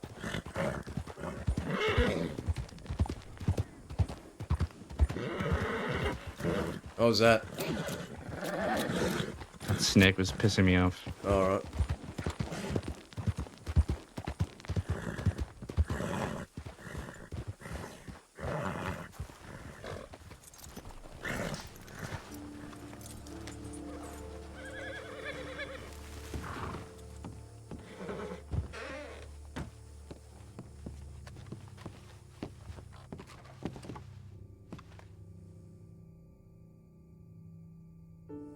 Okay. I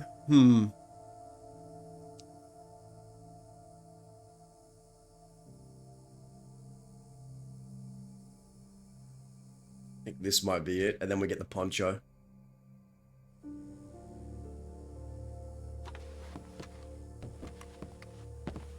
Let me take off. His eye is so fucked up, man. Oh my god.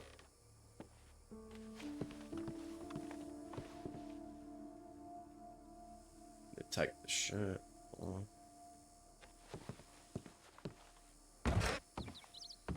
Was getting tired of that old man jacket.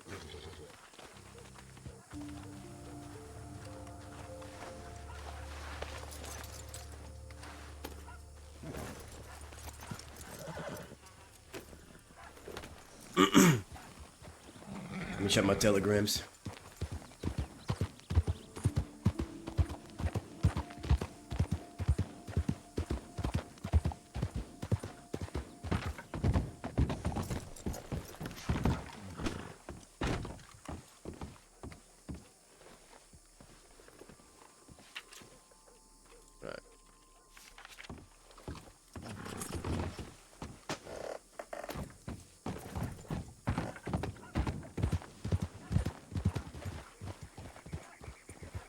Alright, shall we head off?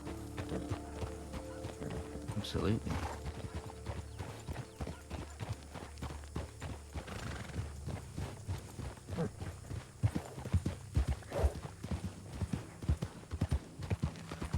That's what you wanted. That a Foster? I want him. You want him? Well, that's great. But I am wanted by many, yes. Many, many. well, I'm just charming. you know what I meant, you dumb bastard. Speaking of dumb bastards, who stood next to you? If he would like to introduce himself. Hey, that's a great way to introduce you to people. I mean, Howdy. that... I mean, That's that... friendly. Friendly, yeah. Games, Steve friendly. I mean, that's a great way to keep me calm, call me a dumb bastard in the middle of the street.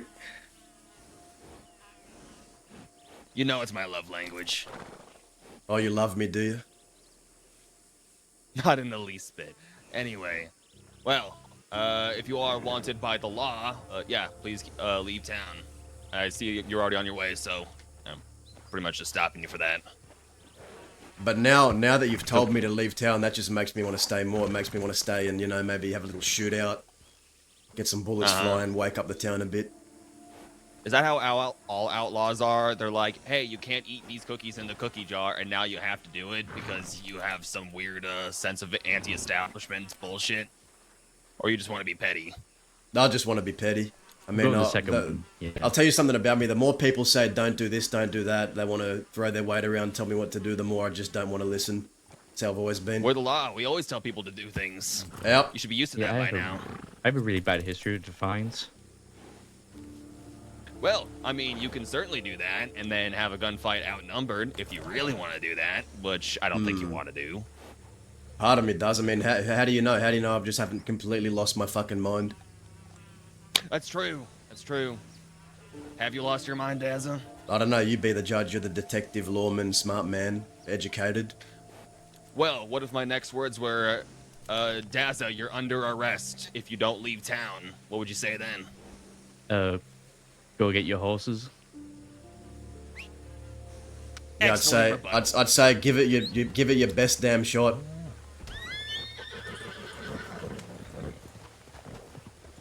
All right. Now we have ourselves a party. I suppose so. Early start to the day for this. Where do I want to Wait, go? hold on one moment. I need to confer with my compadre. Well, looks like that bank job might have to wait, eh? Absolutely. Kid, where you want to take this? Canyon. All right. All right, well.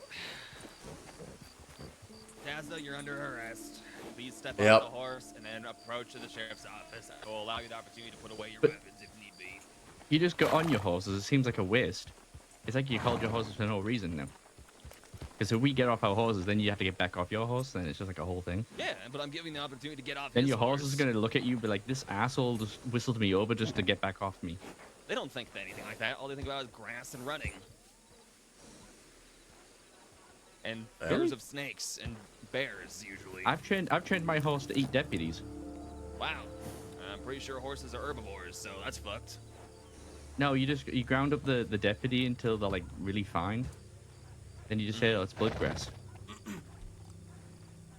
I don't know where this conversation has gone anymore. Are you gonna turn yourself in or not? I have ate a deputy's horse once. I am sooner to turn myself in as soon as you are to drop that badge. So, good luck, dickface. All right. Well, Which it seems to be happening quite a lot recently.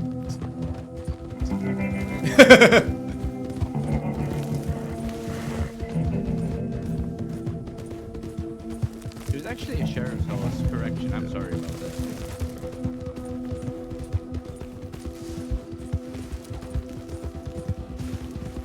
All right, we'll dismount in the canyon and we'll have a fucking good old fight in the canyon.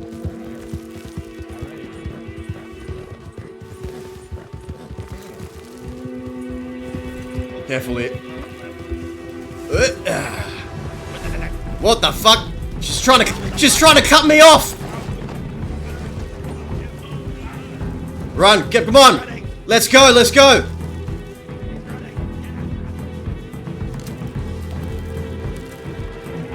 Get to the canyon! Get to the canyon, kid! Ditch the horse! Don't pressure your horse. That deputy tried to cut me off!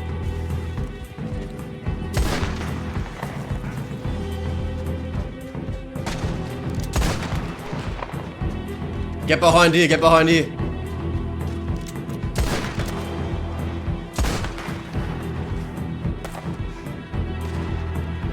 Hold him back, hold him back.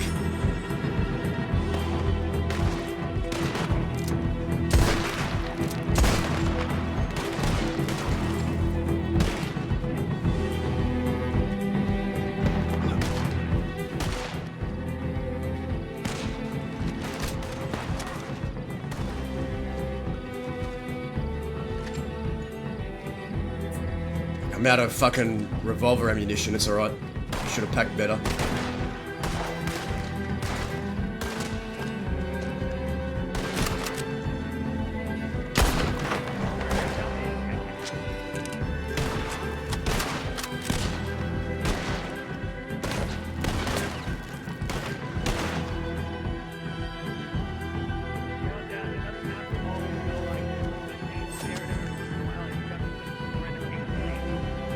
Oh, we could do this.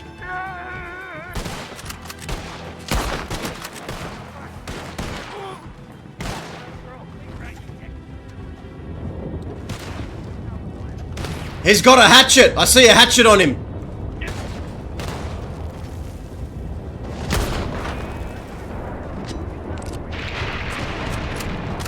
I'm running out of bullets.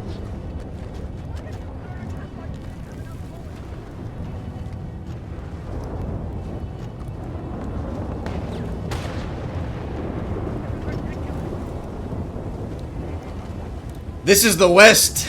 That's what it is.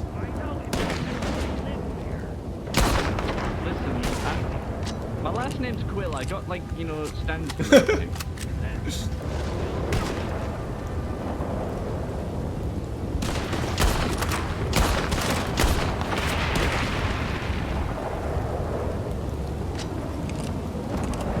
You wanna know a little secret about me, Foster? The closest I get to death is when I feel most alive. How about you?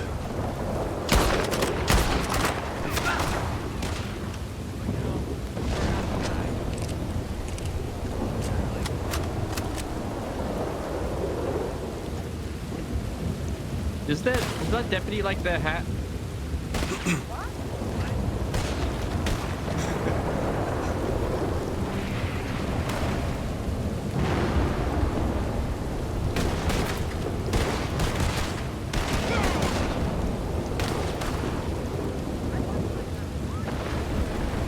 Come here, deputy! Come here!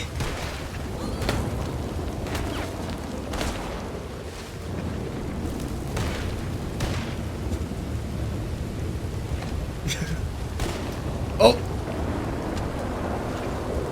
Alright, let's back up, kid. Let's back up, kid.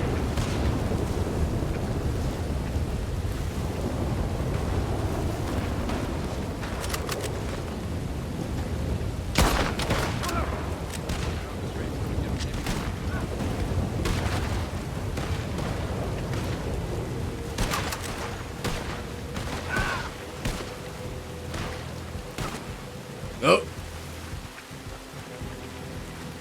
Oh, you got a good angle.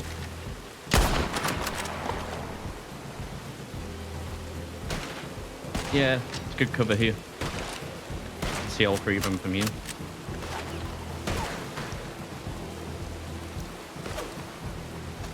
Ran out of my fucking revolver. It's right. Got any I got revolver you could spare? Yeah, yeah. Here. Just keep them suppressed. Keep them pushed back.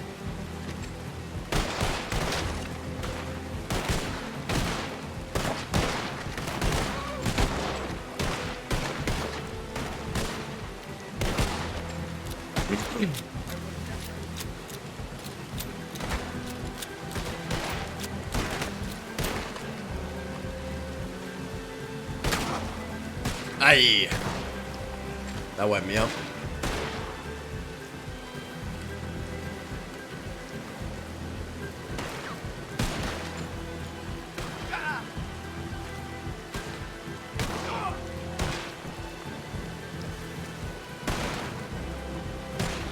You see that third one? Don't see where the third one is. Yeah, they're on the right.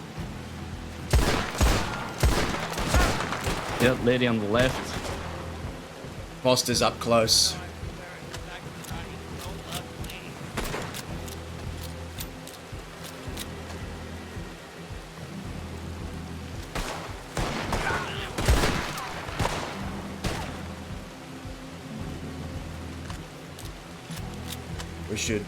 We should push back a little bit, maybe get better ground.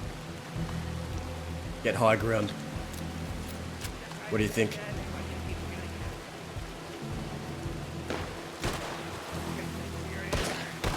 Can you hear me, kid? Yeah, I can hear you. I'm You want to waiting on get your high, call. higher ground?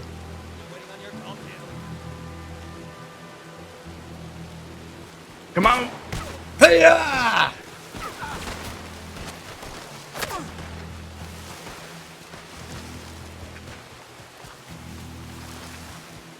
Go, go, go, go, go, keep going. Go, go, go, go.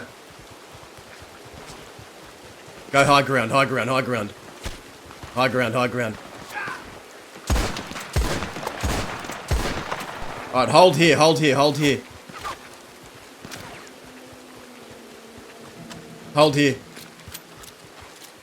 Get him.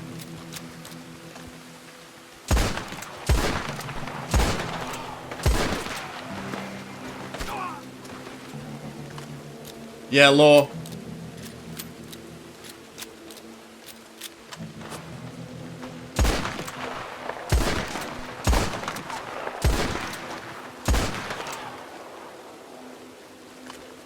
You good, kid? Yeah, I'm good. Try and put one down. See if we can. Got an idea. What's the idea? Come with me.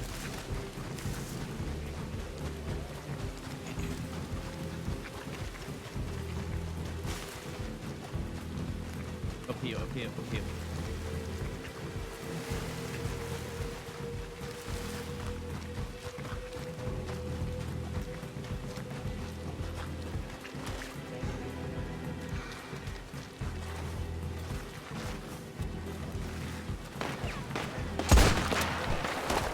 They're here, they're coming behind us.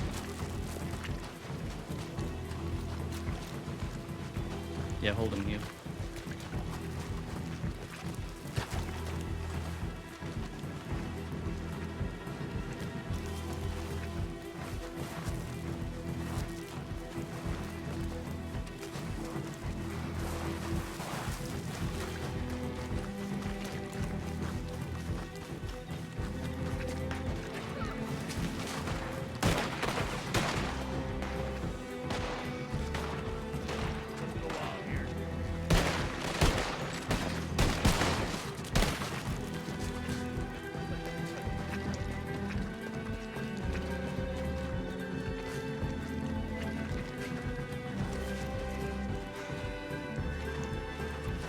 Oh, they're coming up, they're coming up. Coming up. There they are, there they are.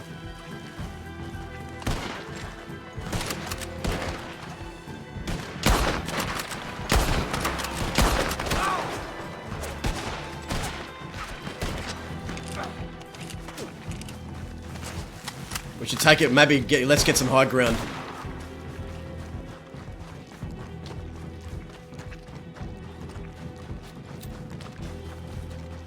What about, ain't there a hill to our right somewhere? We can get some high ground.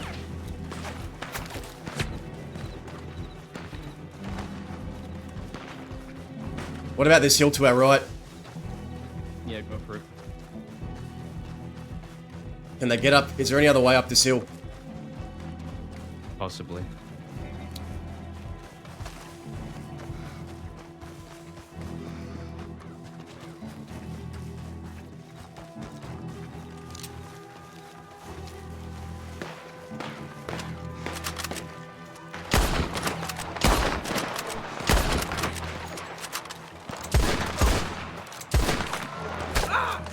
Keep them suppressed.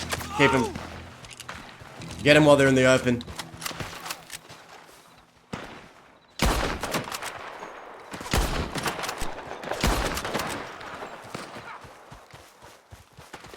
Come this way, this way.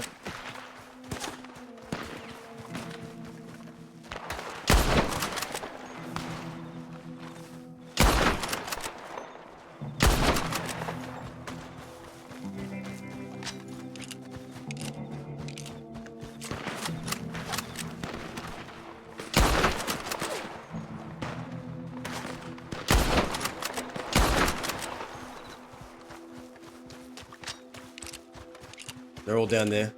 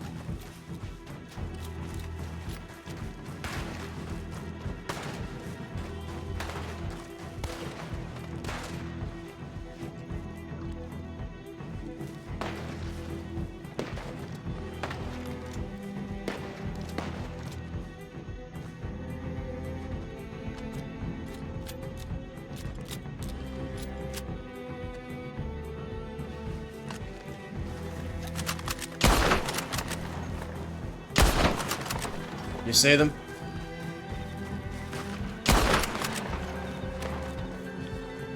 That's Growler and his people over there.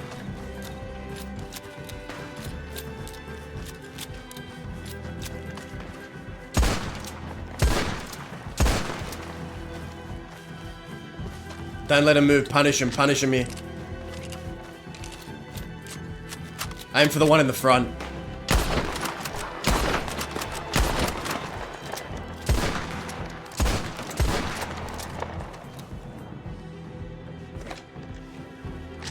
They're all getting low. They're all getting low. They're trying to flank us on this side. Okay, we can hold here. If they try and push up, we can go back down the hill. Yep, here.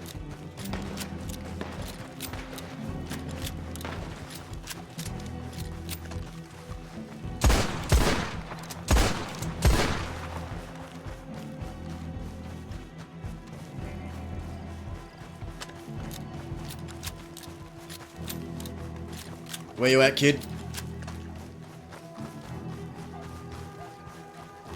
I do need to talk to Growler, so maybe we could take this fight further out west.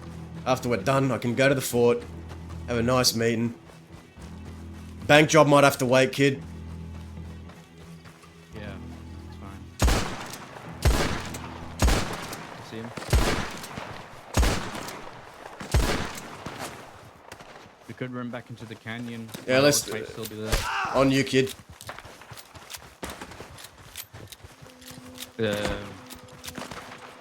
All right, we're taking a risk. Follow me.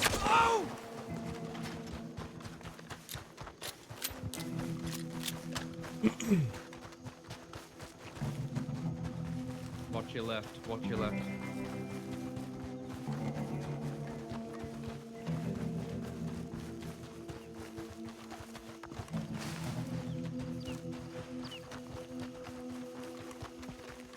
Just keep your eye on behind us. They might shoot us down on us. We got distance. We got distance.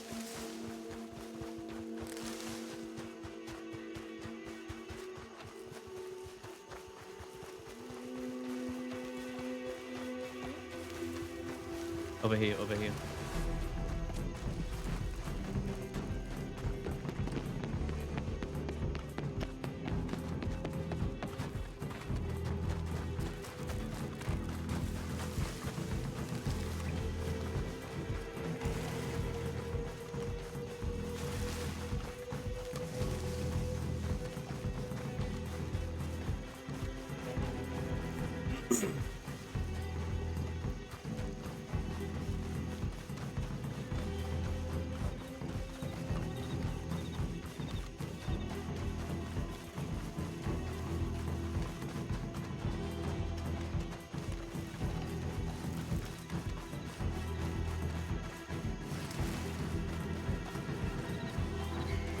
You said your horse was down here?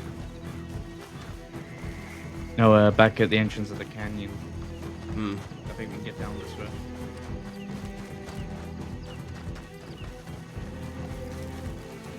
If I remember right, there should be a rampart that we can run down.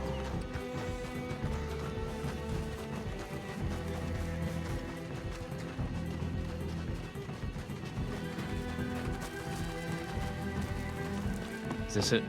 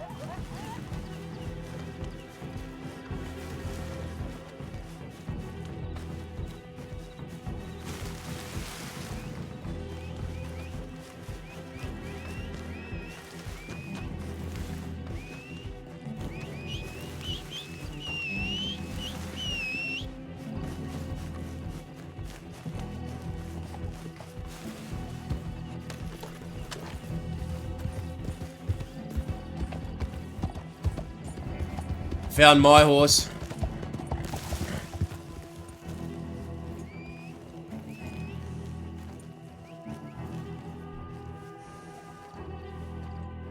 Hop on. I need a restock anyway. I need fucking ammunition. Yeah, I didn't have much rifle ammunition going into that. We can quickly run into town and restock. Maybe we can beat them to town. I don't know if they're gonna come back or not. That's their horses over there, so we got time.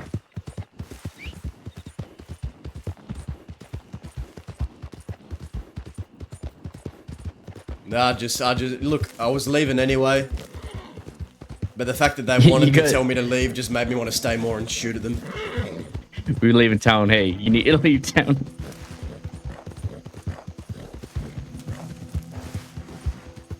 That's how some lawmen get their kicks. You know what?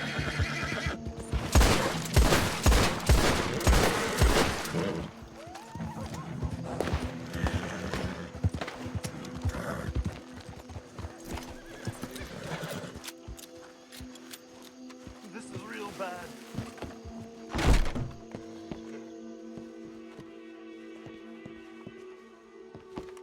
Actually, shit. I can't buy from the stores here. I forgot. It's alright. Yeah, we'll go and see if Growler and them have ammunition they can spare.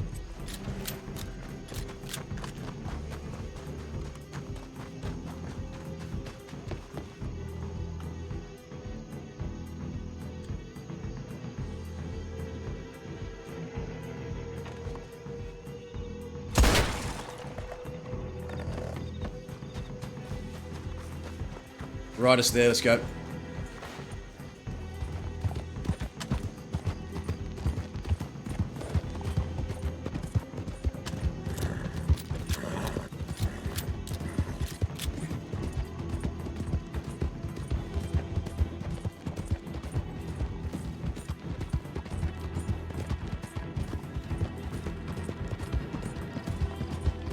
I need to speak with them anyway, get them in touch with those people. Yeah. Is that them on our right? No, they have lanterns.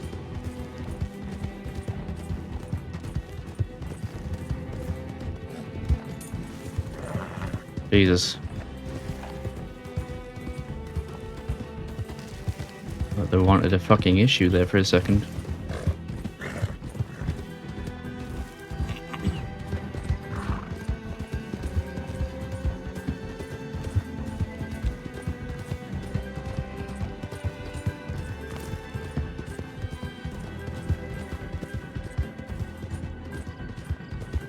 You know, there was a time when a deputy was even seen out west, they'd be picked up and fucked up and dropped off back east. I wouldn't do it to every deputy, but there are some I would do it to.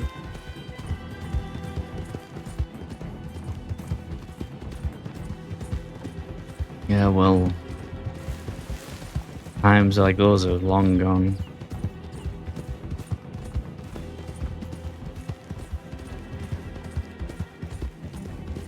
There's no show of force like there was.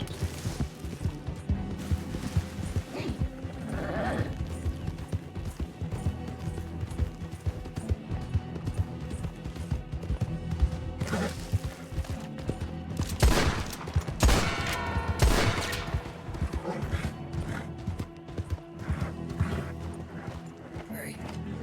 What the fuck are you doing? I like shooting the bell on my entry. Hey. What are you doing? Just got out of a shootout with the law. Thought I'd come here and see if anyone was here because some people came by looking for you all earlier. Who did? What was Some their names? people, you know their names, forget me. Franco. You got one of their telegrams, right? Franco? Yeah. Also, y'all got any ammunition I can buy? I'm out of revolver and I'm not buying from the stores. You're selling any? I have some, yeah. It's not a lot, but it's enough.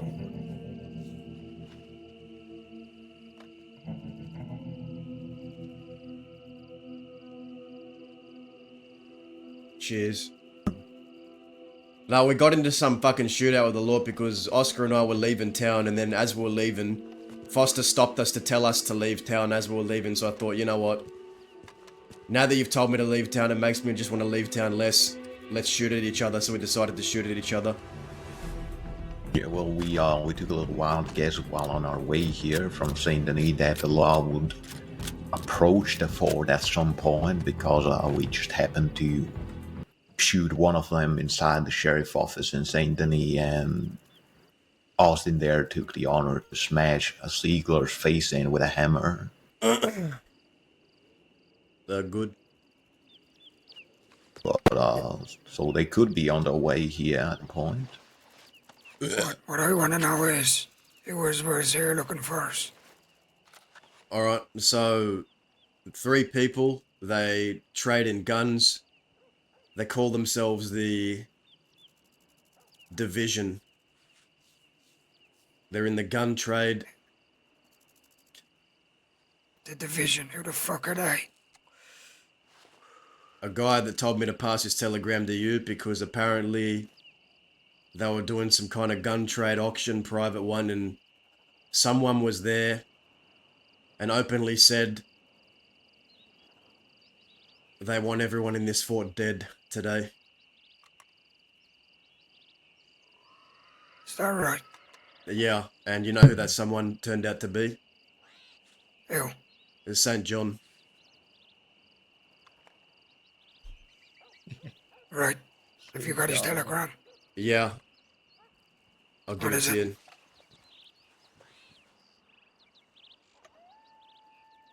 Well, when was it they were here, was it? About an hour ago. The telegram is Yeah, just over an hour ago. SG 400. The man's name's Franco and he wanted to talk to you about some information regarding what he knows about threats on this fort. I said I would pass the message. So it's I appreciate it. SG 400. Franco, Yep. I'm gonna go telegrams. Things I- John didn't take too well on the fate of Charles Redmond. I heard. Yeah. I want to see can I catch this fellow.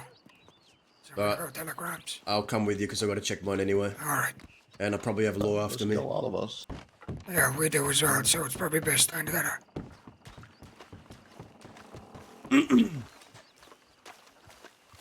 You been well?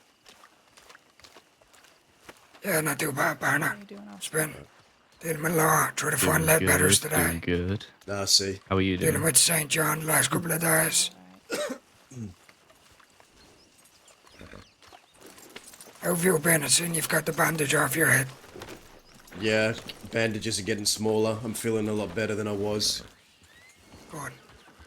Got my poncho back on. Nah, Yeah, it's good to see. the fact that he was saying he wants everyone in the fort dead is interesting, because Oscar, didn't Zoe tell you something different today? Merely less than like half an hour before they showed up, yeah. Maybe even less than that. So he was quite adamant that St. John's not going to do anything, and then these folks show up and say how St. John was in there saying he wants revenge, this, that, and the other.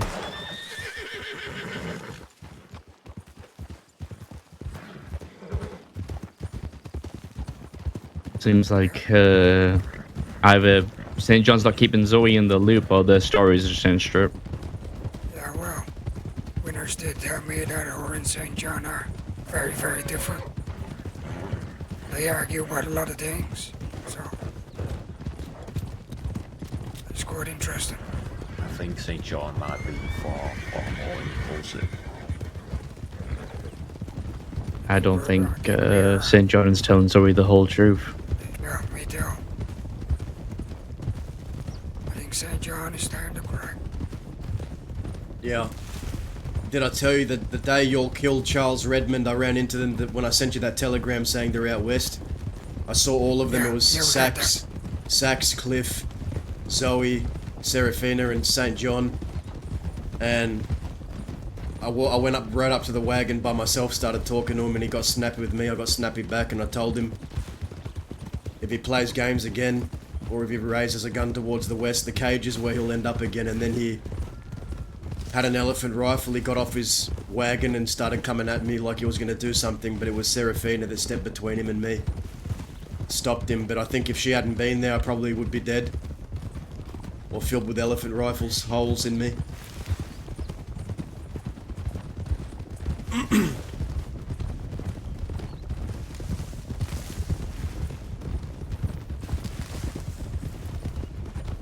Yeah, I believe in the next few weeks and months we're gonna see a different St. John. Like I've always said. Yeah. You predicted this. You were the first to predict the growler. Something big is coming, ain't it? Yeah. Because I know St. John better than he thinks. You think he's enlisting help? Absolutely, partner. And if this is... Enlisted help when they came to try to get Charles. Who'd they have with them when they tried to get Charles from you? And 3 mercenaries gave fake names. Really? So you're telling me Yep. the holier-than-thou Zoe Winters is riding with mercenaries? Yeah. No And shit. Serafina was also there. No shit. Serafina was trying to be the negotiator. Once an outlaw, always an outlaw. In Serafina's case. I've always said, partner. Zoe told me about this, that she tried to go and save somebody. She had How many issues mercenaries with her. Huh. Vigilantism. That Was is, Sax there? No, No. it was St. John, Serafina, Winners, and them 3 mercenaries.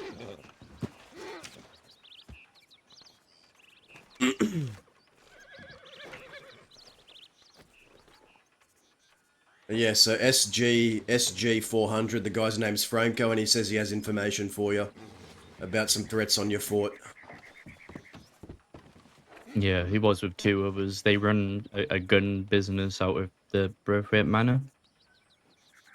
So, a good asset to have if you're looking for some cheap weapons. But other than that, yeah.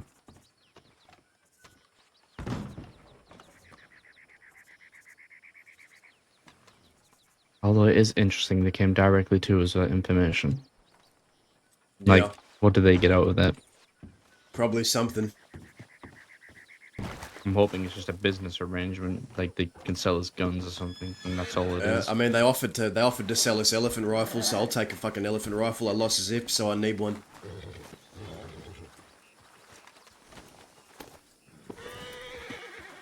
think they said like they sell navies, like a crate of navy, because they sell in bulk. They sell like a crate of navies for like 1,000, 1,200, depending if they're dirty or clean.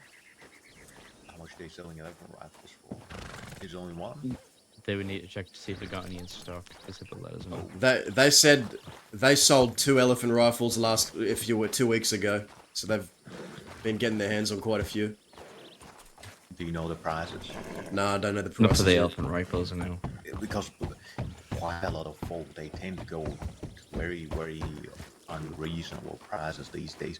I was looking for one, just well, it's been a while ago now since I got that offer, but they tried to sell one that didn't have any history behind it. It wasn't customized and all that, but it had belonged to no one before that.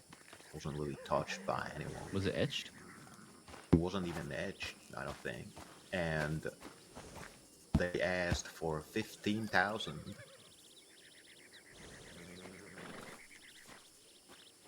And in return, I told them that is stupid. That is Mauser prices right there. Yeah, they same person was quite interested in one of my revolvers. So I gave her the deal, the offer that I'll pay you 6,000 and I'll give you that revolver for the elephant rifle in trade. She didn't. It wasn't her to say no. When I got a Mauser, we split the cost, but I'm pretty sure a fucking chick bought us out of the Mauser and then said he was going to use it, but then I think he ended up selling it for like an absurd amount of money. Like, absurd amount of money. Yeah. I mean, how much would you pay for elephant rifle? For an elephant rifle, no more than like 8,000 tops. Exactly. That is like really pushing it though. Like I'd prefer 6,000. Yeah, I'd say I'd pay somewhere around $15,000 for an elephant rifle. I'd rather shit in my hands and clap. They can shove that gun up their ass sideways. I am not paying 15 grand for a fucking rifle. It's only a clean fucking elephant rifle as well. That's the price of nearly 3 elephant rifles. Yeah. It's crazy what they were looking for. Yeah.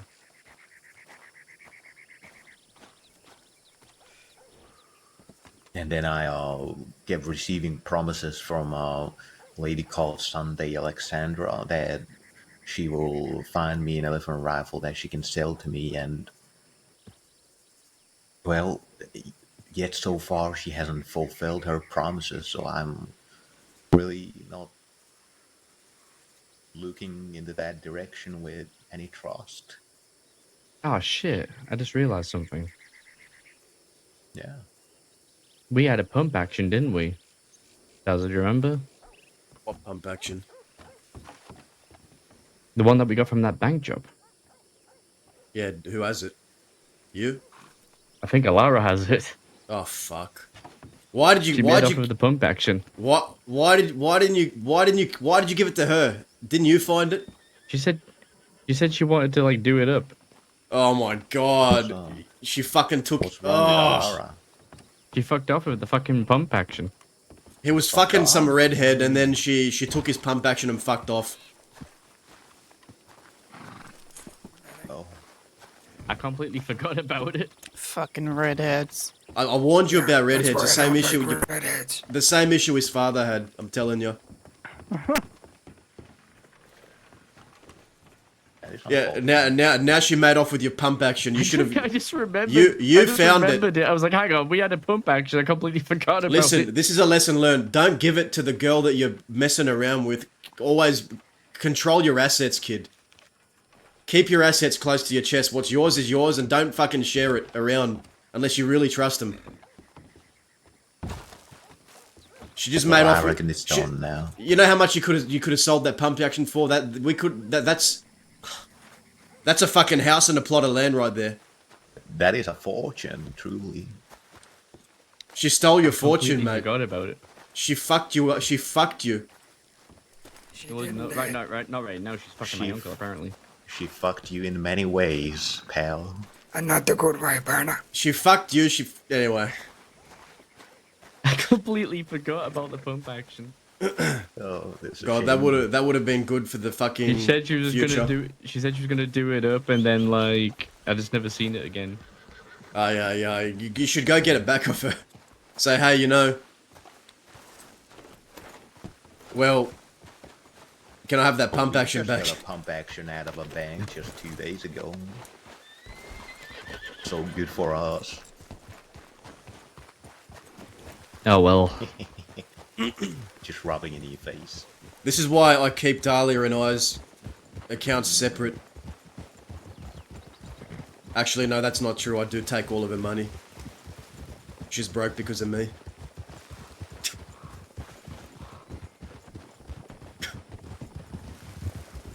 Here's a fucking redhead right now. That's a redhead. Hello. Good day. Howdy. No, but that's a good redhead. Fucking Seraphina. Seraphina That's Braithwaite. fucking Growler. Alara, I need to kill my ex.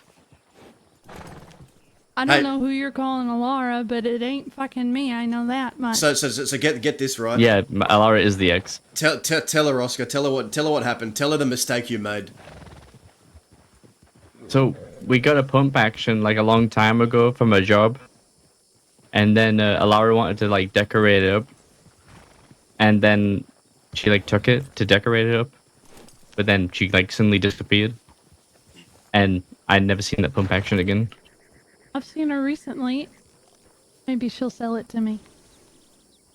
I told Growler him. doesn't want my money, so maybe she will. I told the kid, watch out for redheads, and he ends up fucking one, and then she steals his pump action, steals half of his fortune, and leaves. How about that? Oh well. I'll invest. Oh yeah, if you want to, I think she likes me. oh well, if you want to buy it off her, I'll happily take it off your hands. No, that's okay. I mean, the option's always there. I'm not gonna buy it for you. I'll buy it for me. Yeah, you can buy it for you, and then for you, There you you can go. also give it to me for a Why would I price. give anything to you? You could do it for a price. It's Don't even okay. buy it off Alara. Just fucking shoot her and take it. I don't No. want to shoot her. I don't want to Well, shoot I'll fucking anybody. do it. Well, She stole his fortune. The kid had a fortune. He made a discovery, no, he something that didn't. belonged to him, and he stupidly gave it to the redhead he was fucking. I don't know. It what to runs in say the really. family. Yeah, even after me and Isaac split up, he told me he'd give me a Mauser if he found it. Jesus Christ, it really does run in the family. Anyway. Howdy, Growler. Wow, they didn't want to interrupt your conversation. Oh, by all no, means. You can interrupt. I've talked to Dazza enough for 10 lifetimes. Yeah, she's probably sick of me at this point. Probably wants to shoot me in the head. No, actually, no, not I that. shoot you in the head. Yeah. Well, I don't really have a lot to say to you, Seraphina, but I will say one thing. Don't you go near that fucking telegram office. Well, that's where I was going there, but what do you think I'm gonna do, Growler? Tell somebody where you are? You see, when Frank was a deputy, that is something that I had to do.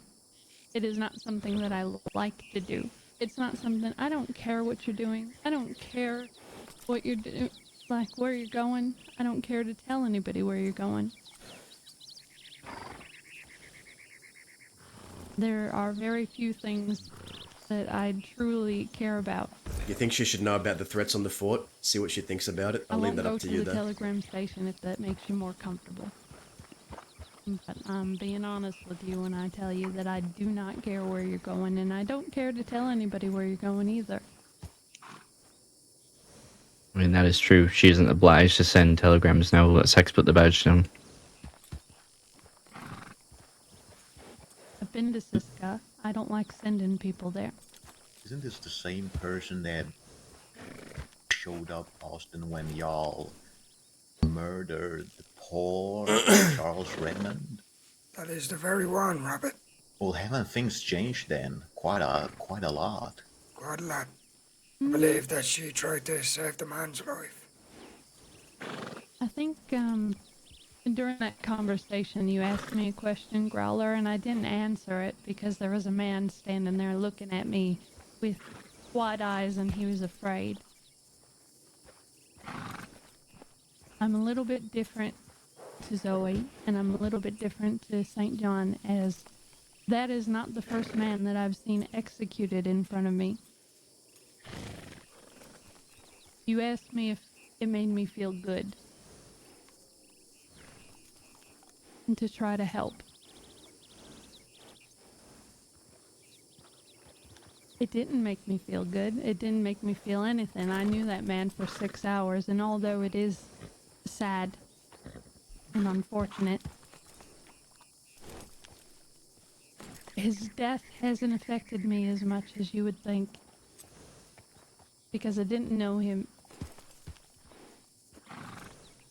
I merely have a lot of money, and I thought, why not try to help? I did. It didn't work.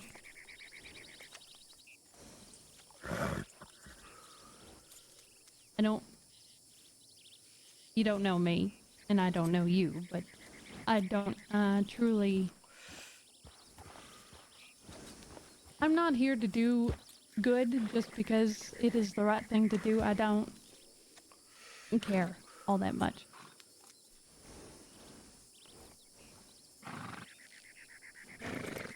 I was thrown into a situation and, like I said, unfortunate. Am I broken up about it? No. The first time I've seen something horrible happen? No. Will it be the last? No. That there does sound like honesty. Don't sound like honesty. That does sound like I said honesty. it does sound honesty. It does sound like honesty. I mean, you couldn't have said it better. You knew the man for 6 hours. You wouldn't care less. Maybe St. John is affected in a different way. I don't know. I wasn't there myself. Most likely he is. I think that's who it was intended to affect. You know, I was there for a moment. The man hit the ground. I scooped him up. He was dead instantly, if that matters. And I left. I caught a bullet on the way out. No hard feelings. It's not the last time or the first time I've been shot. Didn't really want to shoot Barton, if I'm being honest, so I left. Everybody else seemed to have it covered.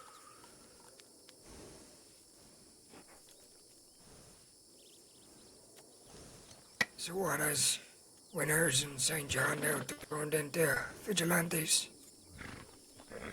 Is that what it is? I don't know. I am not going to make it my business to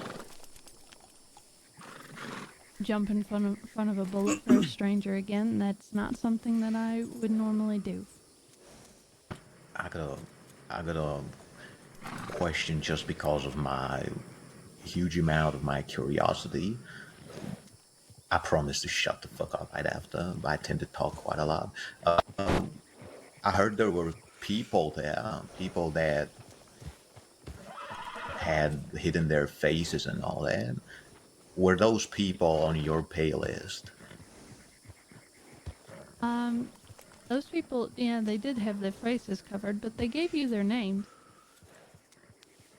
And I It's a can big tell you they world. were their real names. So if you wanted to ask them some questions, then by all means. But I'm not paying nobody. I would have paid the money for Redmond, but that didn't work out. But I wasn't paying them. By the time I got to St. John, he already amassed a group of people, and I was thrown into... Honestly, I don't know what the hell was going on. thrown into, or something you did of your own accord, Serafina? I kind of was, well, I mean, I could have walked away at any moment, but have I ever walked away from you? Back then? No. It's not in my nature, but I don't want to make a habit of it. Hmm. So what happens if you happen to be with winners in St. John the next time you come across us? Are you gonna stand and fight with them?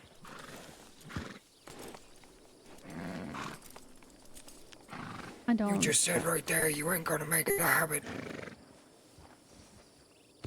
But yeah, whether you want to admit it or not, you are friends with them. Heck, you probably see them more than that. So, are you gonna continue making it a habit? Or are you gonna step aside, Serafina? Because whether you like it or not, they are vigilantes for what they did. Remember that. They are mercenaries. They came to negotiate for a hostage. No, I don't care if it's you, sex, law, anybody else. Nobody's gonna stop me from getting my hands on St. John. Well, I hope it doesn't come to it. I'm not riding out on anybody. But if I'm with Sax, and you pull a gun on us, I'm not gonna back down. I will only pull a gun on you if you happen to be with St. John and Winners. I understand that. Like I said, there's no hard feelings, and it's not personal. I don't want to be involved, but if I'm put in a position, but I don't want to be put in a position like I was the other day because I'm not happy about getting shot. And I'm not happy about having to go sit in a cell for it because I think I'm going to. Just like old times, you and me in a cell after a shootout. Or maybe it's just you this time, but, you know, once an outlaw, always an outlaw, in my eyes. But if it weren't hard feelings, more personal, I think we'd be having a different conversation, Serafina.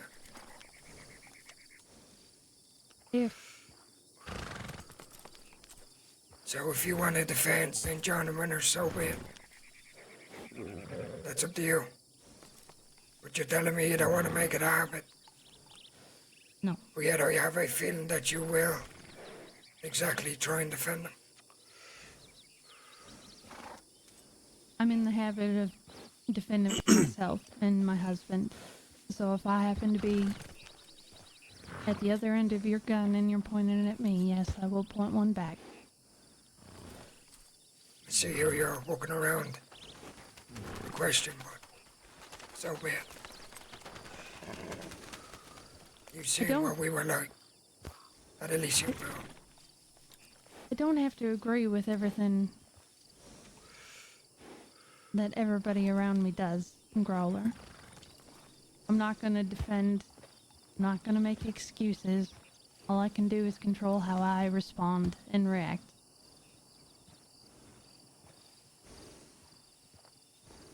So if I give you a opportunity, if I happen to pull my weapon on Winners in St. John, and I give you an opportunity to walk away, would you walk away?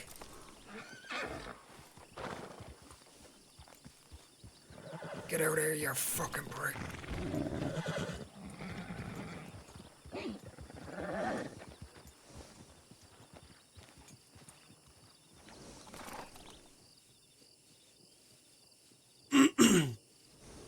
It really depends on the situation and who I'm with.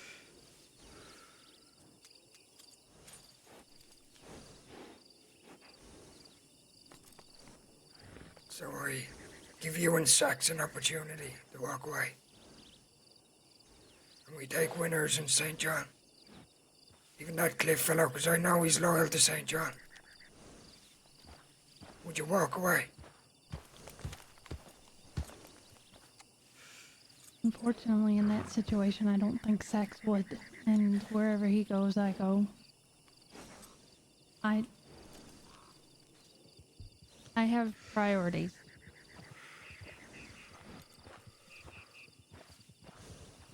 And some priorities are higher on my list than others.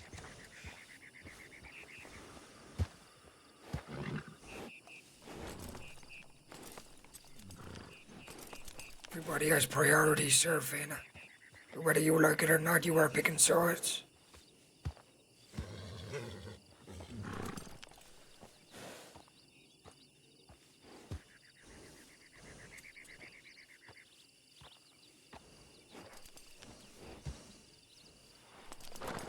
So yeah, you probably are gonna make it a lot more of a habit than you think. Or maybe a lot less than you would expect.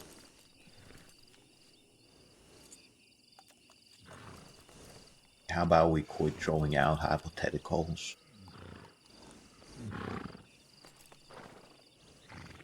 And let's see what happens. I guess we will. But until then, I don't have anything against any of you.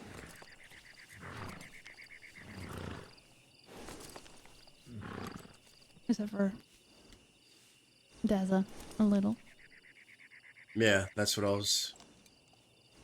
I found odd. Until you just said that. But what we have between us, it's not really for a public forum. I don't really care to discuss it in front of an audience. Sure. I'm sure you have things you need to do.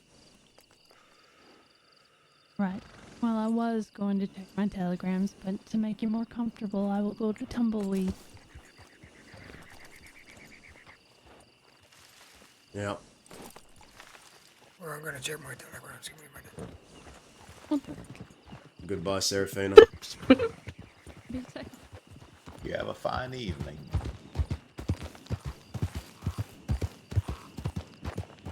Said go, don't check your telegrams, and then goes to check his telegrams.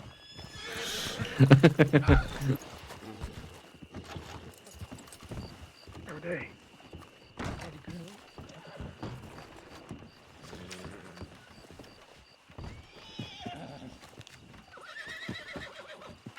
Indy just telegrammed me. Are you with... What the...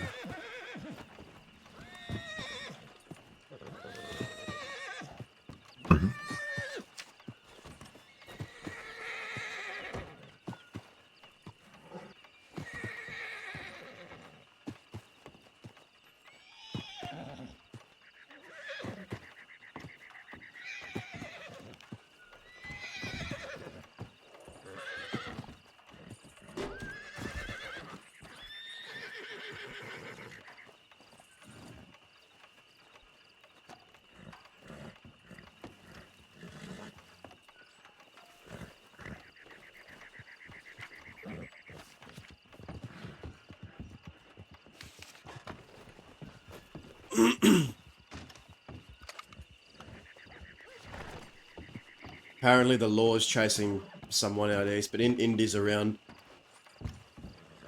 Who? Chasing who? Someone I know, Blaze is his name. Oh yeah, we have met him. I have to lay my head. You know, I think I'll do the same. Alright. I'll just... Don't worry, I'll ride. Do you want me? That's alright, I'll ride. Where do you want to go? Take me...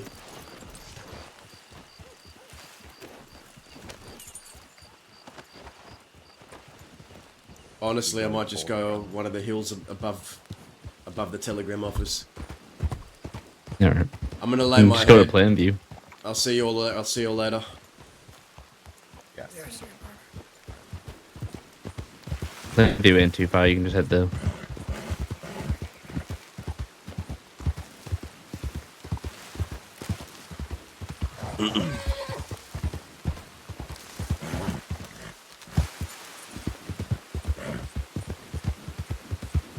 You sure you want to go to Plainview?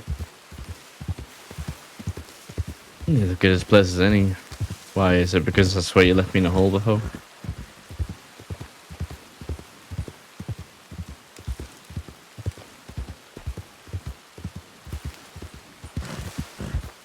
I'll take that as a yeah. Well, as long as you don't make me go back in the hole again, should be fine. Besides, we've been in there in the past. We had a talk there with Gib. You should be aiming to get into some holes, but not that one. Not ever again. Oh my god. I don't know, every time I've been in a hole, it's cost me a pump action. Usually Yeah. when you go in a hole, like, you do the pumping, but not, like, you know, losing the pump. That should be your next goal. Get that fucking pump action back. We're gonna need it. There's something big coming. Yeah, I mean, Seraphina might try and get back with her, and it's, She has no it's up plans to of Alara giving. at this point. She's got no plans of giving it to us. No, Why would I mean, she? talk to Todd if he's still fucking over in that. Yeah, maybe I'll talk to Todd about getting his...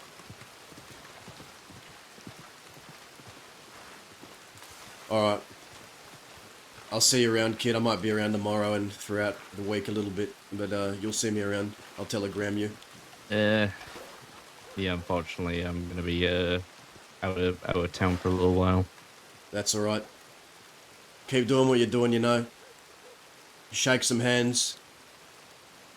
Get some jobs done. Make some money. You'll be fine.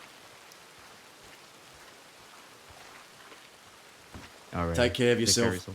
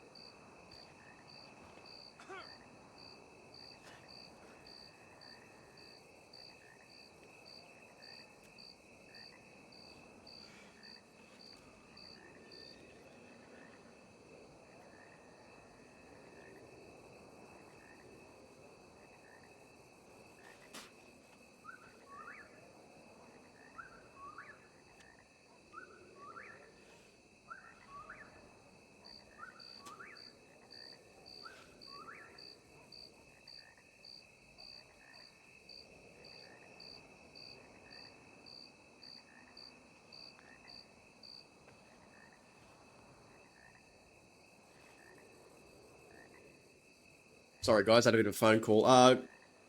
That was some good fun. Enjoyed that today. Who is streaming?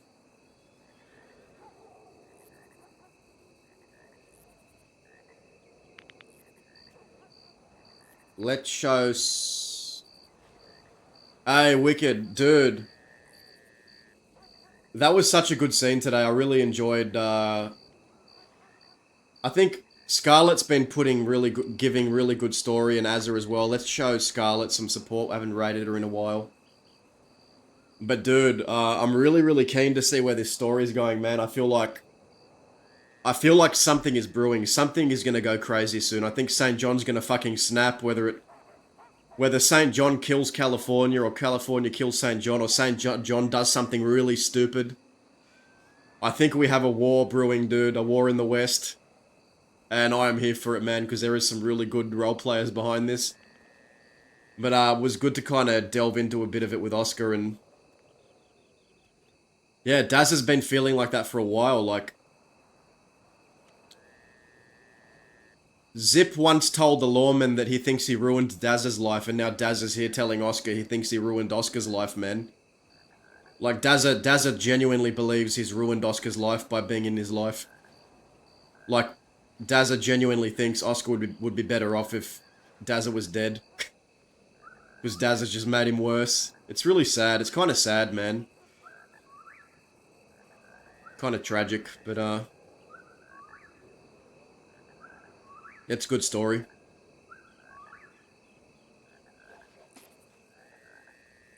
But yeah, I'm really, really curious to see how the next few months or weeks unfold. Yeah, man. I'm very interested to see the direction it all goes, man. Who knows? Who knows, man? But yeah, look. We'll raid Scarlet, show her all the love. Her and Azza and St. John and Cliff and Sax and Serafina, they're all pushing some really good story. Takafusi, thank you for the raid. I'm about to raid someone else, actually, so sorry. Appreciate the raid, mate.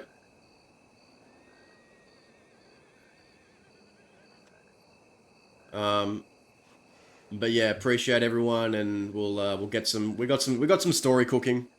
Give it a few weeks. But until then, peace out.